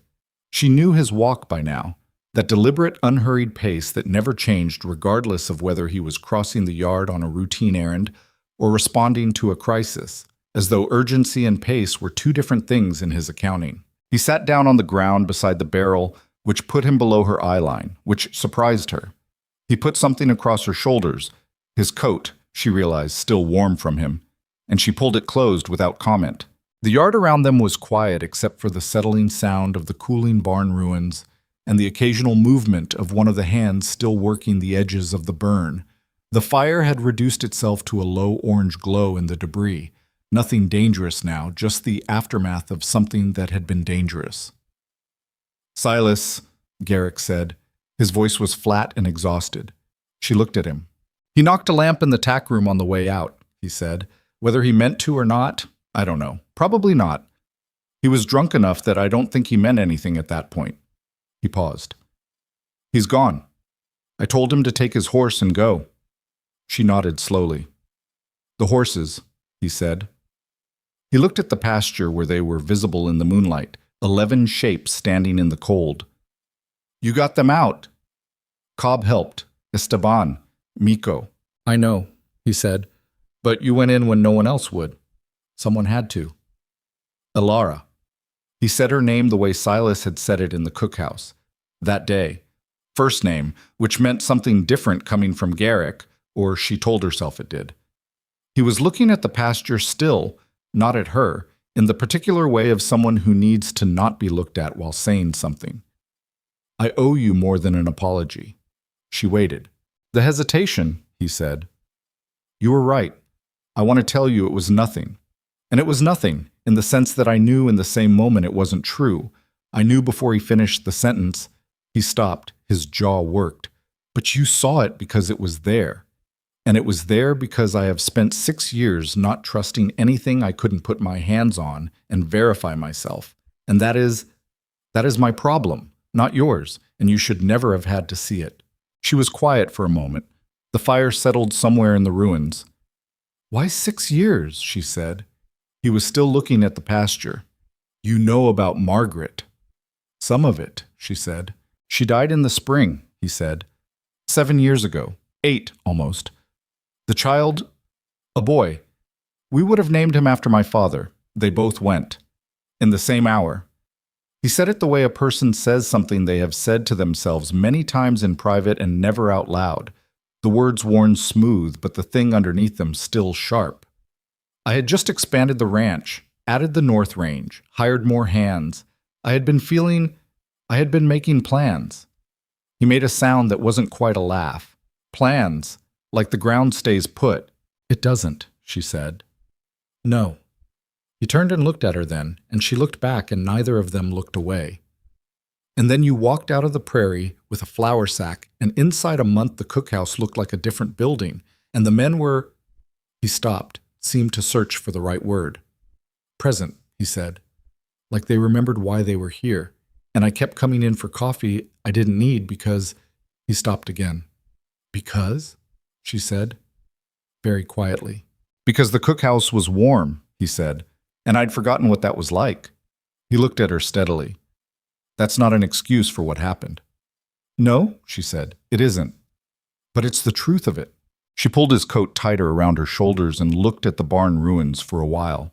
She thought about the journal and the shelves and the step and the kitchen unlocked after 6 years. She thought about Thomas saying, "You're the most practically capable person I've ever met," and she thought about the specific shape of the life she'd been building here without meaning to, the one she'd been unable to leave behind even when she was trying to walk away from it. I came back, she said. You came back, he said. Not for you. She said it not to be cruel, but because it was true, and they were past the point where softening truth was useful. I came back because the barn was burning and the horses were in it. I know, he said, but I did come back. A long pause. The cold was serious now, the kind of cold that settles when the fire that had been warming the air has died down and the prairie reasserts its indifference. She should go inside. They both should go inside. Nobody moved. I'm sorry, he said. For the second I didn't trust you. I am sorry for that more than I know how to say. She looked at him. He was filthy, ash and smoke and something darker that was probably blood from the cut she could see now along his right forearm, sustained somewhere in the night that he apparently hadn't paused to address. He was exhausted in the bone-deep way of someone past the second wind and into the third, and he was looking at her with an expression that had none of the careful management she was accustomed to seeing on his face. He looked, she thought, like himself, whatever that was when the walls came down. I know you are, she said. She stood up slowly, the thigh announcing itself loudly when she put weight on it, and she held his coat out to him. He stood and took it, but didn't put it on, just held it, looking at her. The stable's going to need work, she said, and the grain storage west wall before spring. I know, he said. The barn! She looked at the ruins. In the moonlight and the last of the ember glow, the outline of the remaining structure was still visible, the bones of it. Depending on the foundation, you might be able to rebuild on the same site. The stone base looked solid. I'll have Cobb look at it tomorrow, he said. Good. She started walking toward the cookhouse. The thigh made walking uncomfortable but manageable, and the cold made standing still more uncomfortable, so she walked. Elara, he said behind her. She stopped, turned. He was standing in the middle of the yard with his coat in his hands and the barn ruins behind him and the moonlight on the frost-covered ground, and he looked like a man who has run out of careful, managed words and is left with the unmanaged ones. "Stay," he said. Just that. Not an explanation, not a qualification, not the carefully worded transaction she'd have expected from him 3 months ago. Just the word, plainly, with everything that it carried. She looked at him for a moment. She thought about the flour sack and the broken wagon and Thomas's cold face in the early morning. She thought about the cookhouse she had made from a wreck and the garden she had coaxed back from nothing, and the journal full of supply lists and small observations and recipes. She thought about what it meant to build something in a hard place and then not walk away from it. "I need to look at your arm," she said. "The cut. It needs cleaning before you sleep." He looked down at his arm as though noticing it for the first time. "Come to the cookhouse," she said. "I have supplies." She turned and walked. After a moment, she heard him follow. The cookhouse was still warm. The stove had been burning all evening, and the residual heat held in the stone walls in a way that hit her like something physical when she came through the door. The lamp was where she'd left it that afternoon, the long-ago afternoon of Christmas supper preparations, and she lit it, and the familiar light came up, and she stood in the middle of the room she had made from a dirty, neglected wreck, and felt, underneath the exhaustion and the throbbing leg and the smoke in her lungs, something she hadn't felt since Ohio, like she was somewhere she was supposed to be. She found the medicine kit. She'd organized it months ago, put it in the supply closet where it was actually findable, and she pointed at the chair nearest the stove, the one closest to the warmth, and Garrick sat in it without arguing, which told her more about how tired he was than anything else could have. She pulled the other chair close and examined the cut on his forearm. It was a clean cut, longer than she'd initially thought, running 4 inches along the outer arm. Nail or metal edge, she guessed, from somewhere in the chaos. "This is going to sting," she said, uncorking the bottle of carbolic. "Fine," he said. It did sting, noticeably, and he absorbed it without any expression at all, which she found both admirable and slightly aggravating in the particular way of someone who is used to other people using discomfort as a reason to make things difficult. "You're going to have a scar," she said. "I have other scars," he said. "I know." She had seen them, the hands, the forearms, the particular map of a working life written in scar tissue. "Hold still." She bandaged the cut with clean cloth, working efficiently the way she did everything. She was aware of the proximity, the particular awareness of sitting very close to someone in a quiet room that was different from the same proximity in a busy cookhouse at breakfast. She focused on the bandaging. "There's something I need to say," Garrick said. She tied off the bandage. "All right. When you walked away tonight. When you went out the gate." He paused. His free hand was flat on his knee, pressing down slightly, the way she'd seen him manage physical stillness. "I stood in the yard for maybe 2 minutes. I was about to go after you, and then the fire started." She set down the cloth and looked at him. "I was going after you," he said. "I want that to be said." She held his gaze. His eyes were brown, darker than she'd initially registered, and there was in them something she recognized as the specific kind of courage that has nothing to do with fire or danger, and everything to do with the willingness to be seen. "I hear you," she said. "That's not all," he said. "I know," she said, "but it's enough for tonight." A pause. Then something in his face settled. Not relaxed, not softened, but settled in the way of something that has found its position.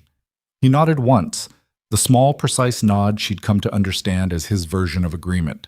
She moved to the stove to check the Christmas turkey, which was long past done and probably dry but still edible, and there were men outside who had been fighting a fire for hours and would be hungry in exactly the way people are hungry after a crisis, when the body comes back to its most basic requirements. "It'll need another half hour to finish," she said. "Tell the men. Anyone still outside?" "It's past midnight," he said. "I know when it is," she said. "They'll be hungry." He stood up from the chair. He was near the door when she spoke again, without turning from the stove. "You said you were going to come after me," she said. "Yes," he said. "What were you going to say?" The silence lasted long enough that she thought he might not answer. Then his voice came from just inside the door, quiet and deliberate. "I was going to say that I had been wrong," he said, "and that the ranch is different because of you, and that I don't want it to go back to what it was." A pause. I had other things to say too, but I was going to start there. She kept her hand on the stove handle and didn't move. That's a start, she said. She heard him go. She stayed at the stove for a moment alone in the warm, quiet kitchen, her hand on the iron handle, the smell of smoke still in her clothes, and the thigh aching and her eyes still slightly raw from the stable. Outside, she could hear voices in the yard, the hands coming in from the fire line, Garrick's voice among them, low and directing. She pulled the turkey from the oven and began to carve it and put together what she could from what was in the cookhouse at midnight on Christmas, which was not much but was enough. The way most things in this life were not much, but were enough if you were careful and you knew what you had to work with. She put the food on the table. She called the men in from the cold. They ate the Christmas supper at past midnight. 11 men and 1 woman crowded around the cookhouse table with the smell of smoke still on all of them and the cold still in their bones. And it was the strangest meal Ilara had ever made, and possibly the best one, in the particular way that things are best when the circumstances that surround them have stripped away everything unnecessary. The turkey was dry. She'd said as much when she put it on the table, plainly and without apology, and Danny had laughed, that genuine, unguarded laugh she'd first heard from him in the snow, and said that anything that wasn't beans and salt pork was fine by him. And several of the other men agreed with a feeling that she recognized as the agreement of people who have just been through something together and are finding the relief of ordinary words. Cobb ate 2 full plates and said nothing, which from Cobb meant everything. Esteban and Miko, who she had never seen at the main cookhouse table past 8 o'clock in all the months she'd been here, sat at the far end and ate with quiet steadiness and didn't leave until the food was gone. Garrick sat at the small work table, his usual position, slightly apart from the main group. He ate, which she noted because there had been nights in the past few months when she suspected he skipped supper entirely, going to bed on coffee and whatever was left on the stove and calling it sufficient. Tonight he ate properly. He didn't talk much, which was not unusual, but he was present in a different way than his usual present.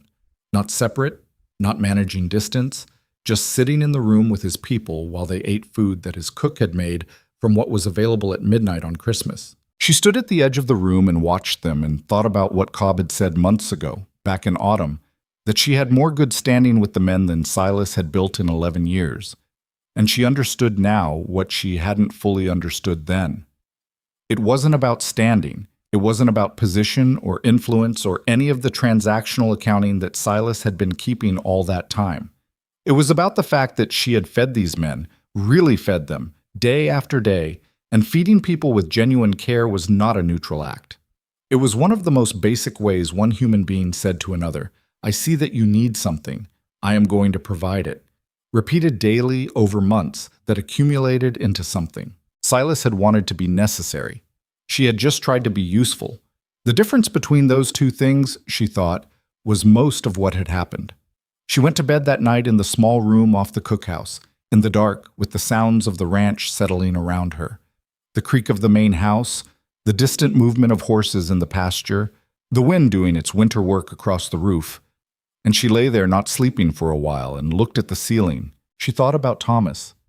She let herself think about him properly, which she hadn't done in some time, the managed grief having become such a habit that the real thing felt almost rusty. She thought about him the way she had in the early days after the burial, not the last weeks of the journey, but the man himself.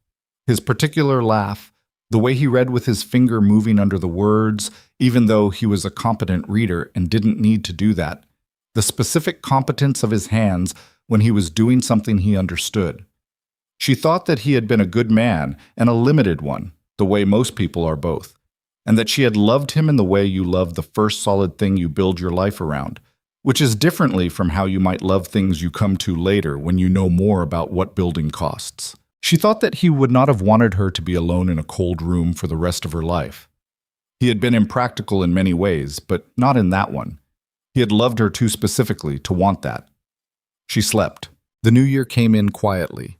The 1st of January was cold and clear, and the ranch absorbed the day the way it absorbed all days, with work, steady, and unromantic, because animals needed feeding, and fences needed checking, and the burned barn needed assessing, and the calendar turning over was not a fact that cattle or weather gave any particular weight to. Garrick spent the morning of the first walking the fire site with Cobb. She watched them from the cookhouse window while she made breakfast. The two of them moving through the ruins of the hay barn, crouching occasionally to look at the stone foundation. Cobb with a measuring string, and Garrick with the surveying quality of someone taking real inventory rather than performing it. When they came in for breakfast, Garrick sat at the work table with a piece of paper and made notes while he ate, which was unusual enough that she noticed. "Foundation's good," Cobb said, taking his usual chair at the main table. "Better than good, actually. Whoever laid that stone did it right. The fire didn't touch it." "How long to rebuild?" she asked. "Spring work," Cobb said, "once the ground thaws enough to work properly. 3 months, maybe 4, with the right crew."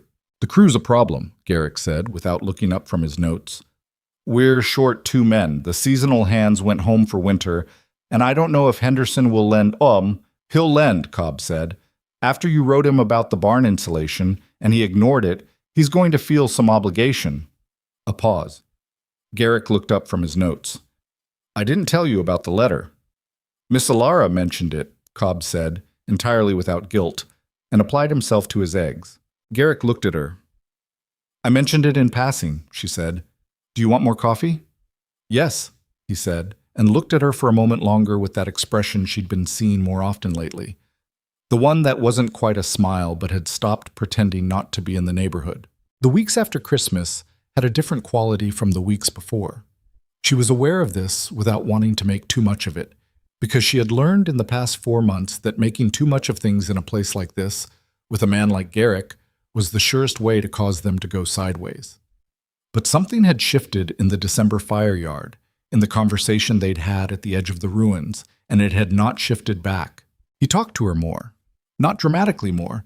He was still Garrick, still fundamentally a man of few words, and those few words mostly practical. But there were mornings now when he sat at the work table past his coffee and mentioned something that wasn't directly related to the ranch business. A piece of news he'd read in the week-old newspaper that the supply wagon brought from town.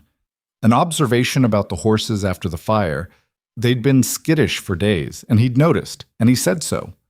Once, on a late January evening, when she was working on the last of the herb jars, and he'd come in for something he didn't end up getting, he stood at the cookhouse window and said, unprompted, that he'd built his first fence post on this property alone, before he'd hired anyone, in the October before his first winter, and it had been crooked and he'd pulled it up and done it again.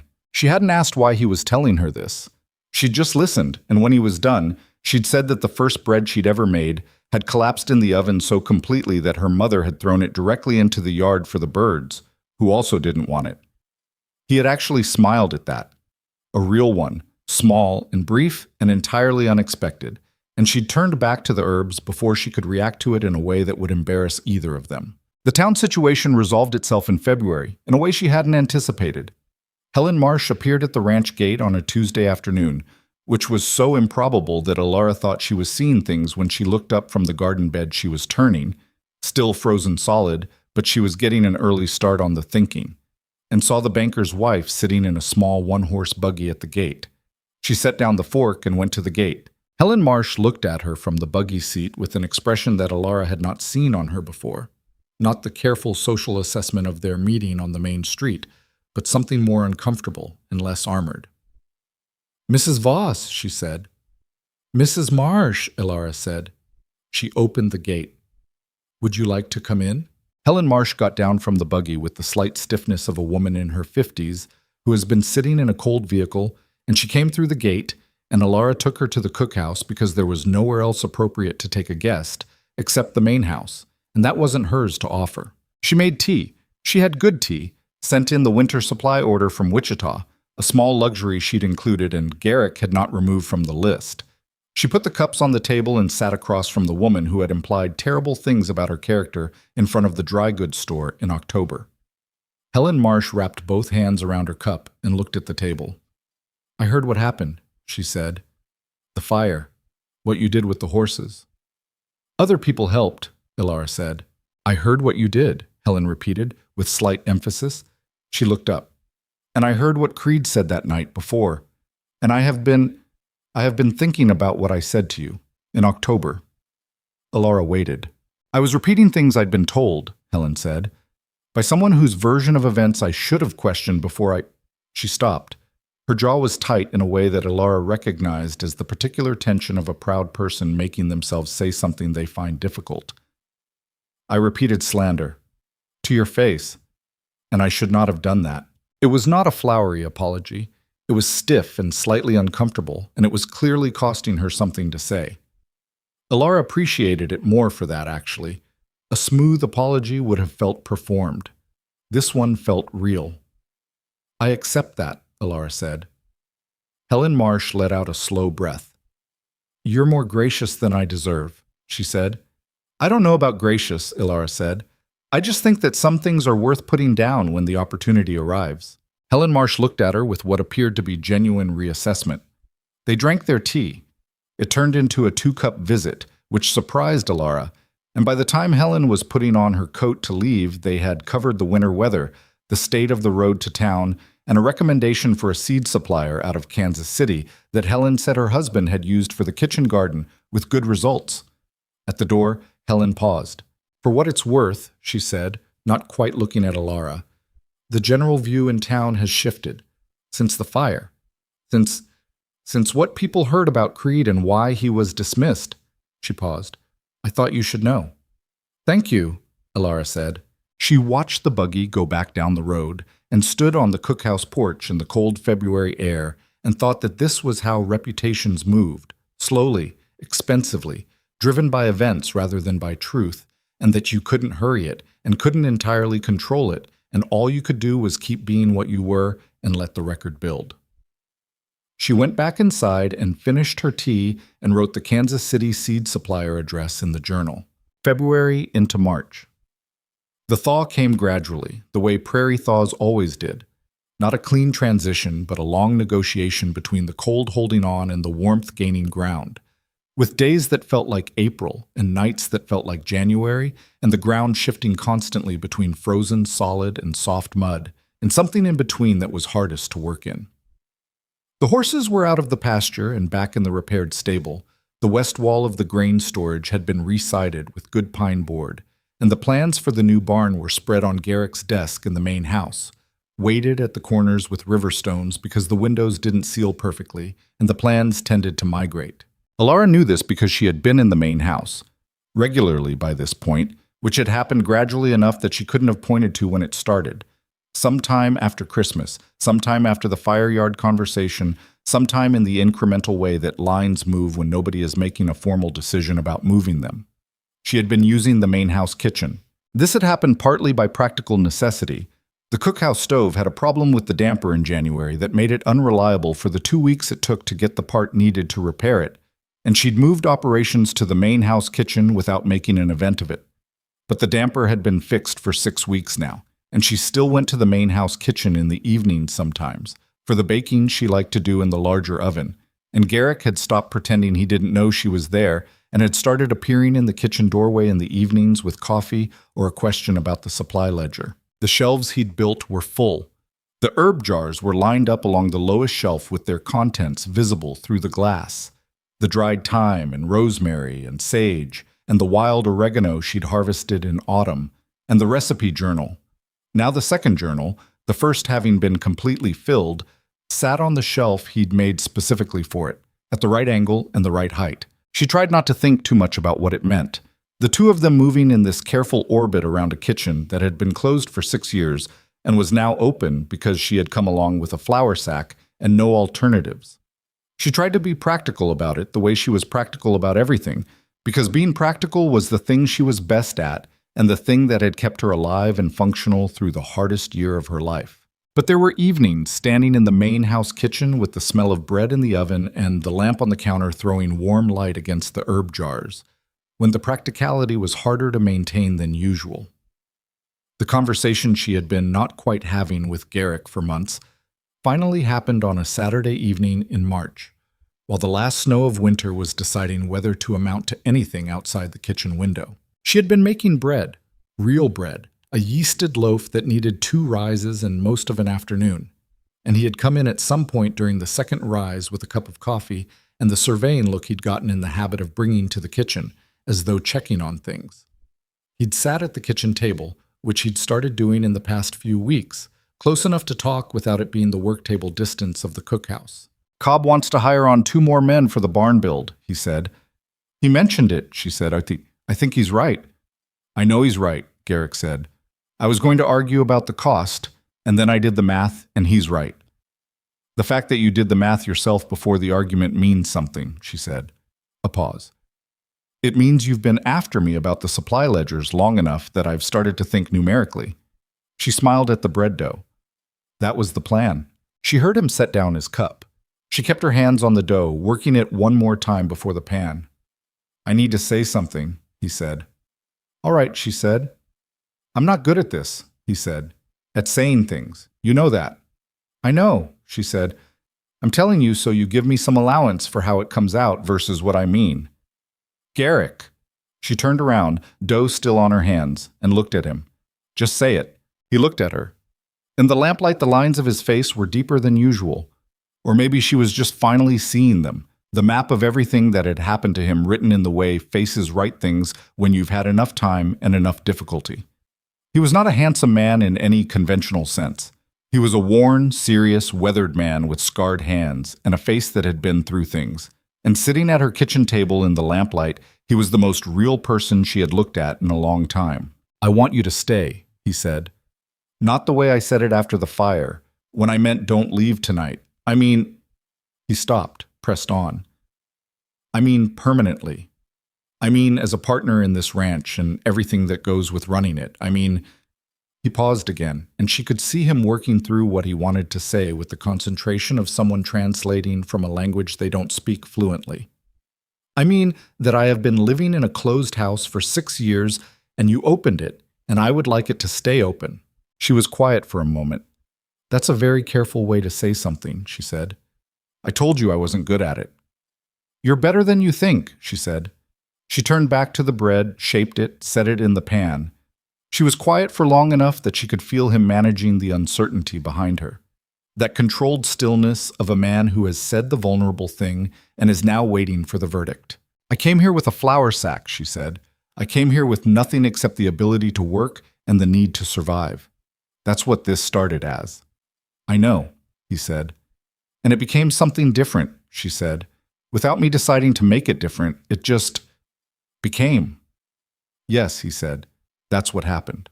She put the bread pan on the counter and covered it with the cloth and turned around and leaned against the counter with her hands behind her, flour still on them, looking at him. I need you to understand something, she said. I'm not going to be a decoration in this house. I am not going to be someone you shelter. I'm going to have opinions about the ranch, and I'm going to say them. And sometimes I'm going to be right, and sometimes I'm going to be wrong, and I need you to be able to tell me when I'm wrong without it becoming a problem. You think I can't take criticism? He sounded slightly indignant. I think you're not accustomed to it from people you... She paused. From people close to you. A silence. Then, that's probably true. And I need you to understand that I am still... She stopped, and the feeling that came up was unexpected in its directness. I am still grieving Thomas, not in the way that means I can't be here or can't feel things for other people, but in the way that means he was real and he mattered, and I'm not going to pretend that I arrived here without a history. I need that to not be a problem. He looked at her steadily. It's not a problem, he said. Margaret was real and she mattered. I'm not asking you to arrive without a history. I wouldn't want someone who didn't have one. She looked at him for a long time. I have to check the bread in 40 minutes, she said. I know, he said. That means you have 40 minutes to keep talking if there are other things you want to say. Something moved in his face, that almost smile she'd been seeing more of, the one she'd stopped trying not to notice. There are other things, he said. Then say them, she said. He did. He was not smooth about it, and he was not eloquent about it. And there were several points at which he stopped and restarted in the way of someone whose thoughts are ahead of their words by a frustrating margin. But he said them, and she listened, and the snow outside the window made its decision and started coming down properly, and the bread rose in the pan on the counter, and the lamp burned between them on the kitchen table that had been closed and dark for 6 years. She stayed, not in a single dramatic declaration, but in the way she had come to understand that real things worked, incrementally, practically, with the ordinary texture of daily life providing the substance that formal declarations couldn't. She stayed in the cookhouse room through the rest of winter, and in spring, when the barn rebuild started and the ranch swelled with hired workers and the days grew long again, she stayed and managed the feeding of a crew that doubled in size and required a level of supply organization that she handled with the focused competence of someone in their element. The barn went up in 8 weeks. It was bigger than the old one. Garrick had decided, with the foundation already exposed, to extend the footprint 15 feet to the east, which gave them storage for more winter feed and room for additional stalls if the herd expanded.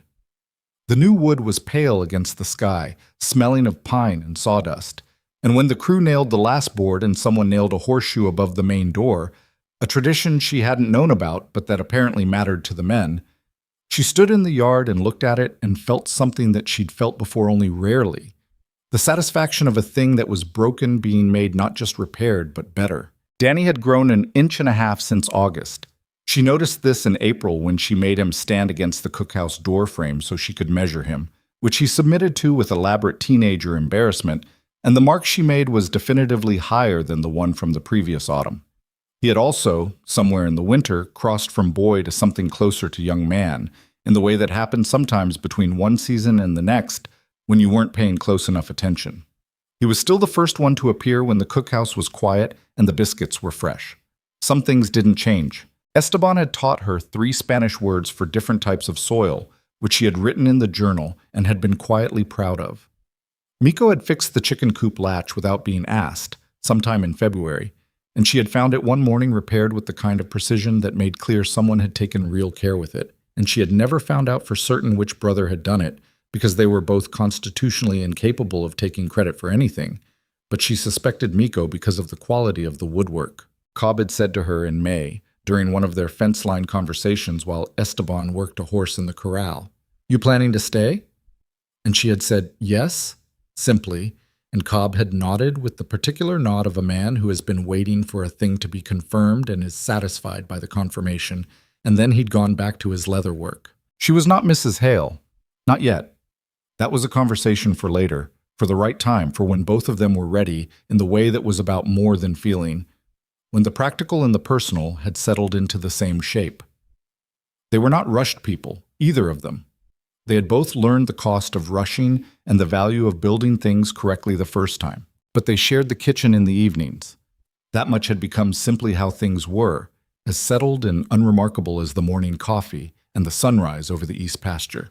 The moment she would remember most, not the dramatic ones, not the fire or the accusation or the conversation in the snow, came on an evening in late May when the light was long and golden and the windows were open for the first time since October, and the smell of the warming earth was coming in from the garden that was green and full and nothing like the struggling, abandoned wreck she'd found the previous August. She was standing at the kitchen window, looking at the garden. She had a cup of tea that had gone cold because she'd forgotten it. The journal was open on the counter behind her, not a supply list but a recipe, a new one she'd been developing, a spiced cake with the dried apples and the honey, something for the summer ahead. Garrett came into the kitchen and stood beside her at the window. He looked at the garden for a moment. She looked at it too. "The carrots came in," she said. "I saw," he said. "Better than last year. The soil's improved." "It usually does," he said, "when someone takes care of it." She looked at him sideways. He was looking at the garden still, and his face had that quality she had come to understand as Garrick Hale at rest. Not guarded, not managed, just present. A man standing at his own kitchen window in the evening light with the thing he had built around him. "I found Thomas's letter today," she said. He turned and looked at her. "In the bag, the one I packed when I left." She paused. There was a pocket I hadn't opened. He'd written a letter and put it in there. I don't know when. Sometime before the end when he could still write. She looked at the garden. "He told me to find somewhere good and stay." A silence. "He said..." Her voice was steady. She had read it twice and cried once and was past the worst of it now. "He said I had a habit of staying too long in bad situations and not long enough in good ones, and that he wanted me to break the habit." She exhaled slowly. "He knew me pretty well." Garrick was quiet for a long moment. Then, "Smart man." He was, she said, not always sensible, but smart. She felt his hand near hers on the windowsill, not quite touching, the particular proximity of someone who is offering rather than taking. She turned her hand over. He covered it with his. Neither of them said anything.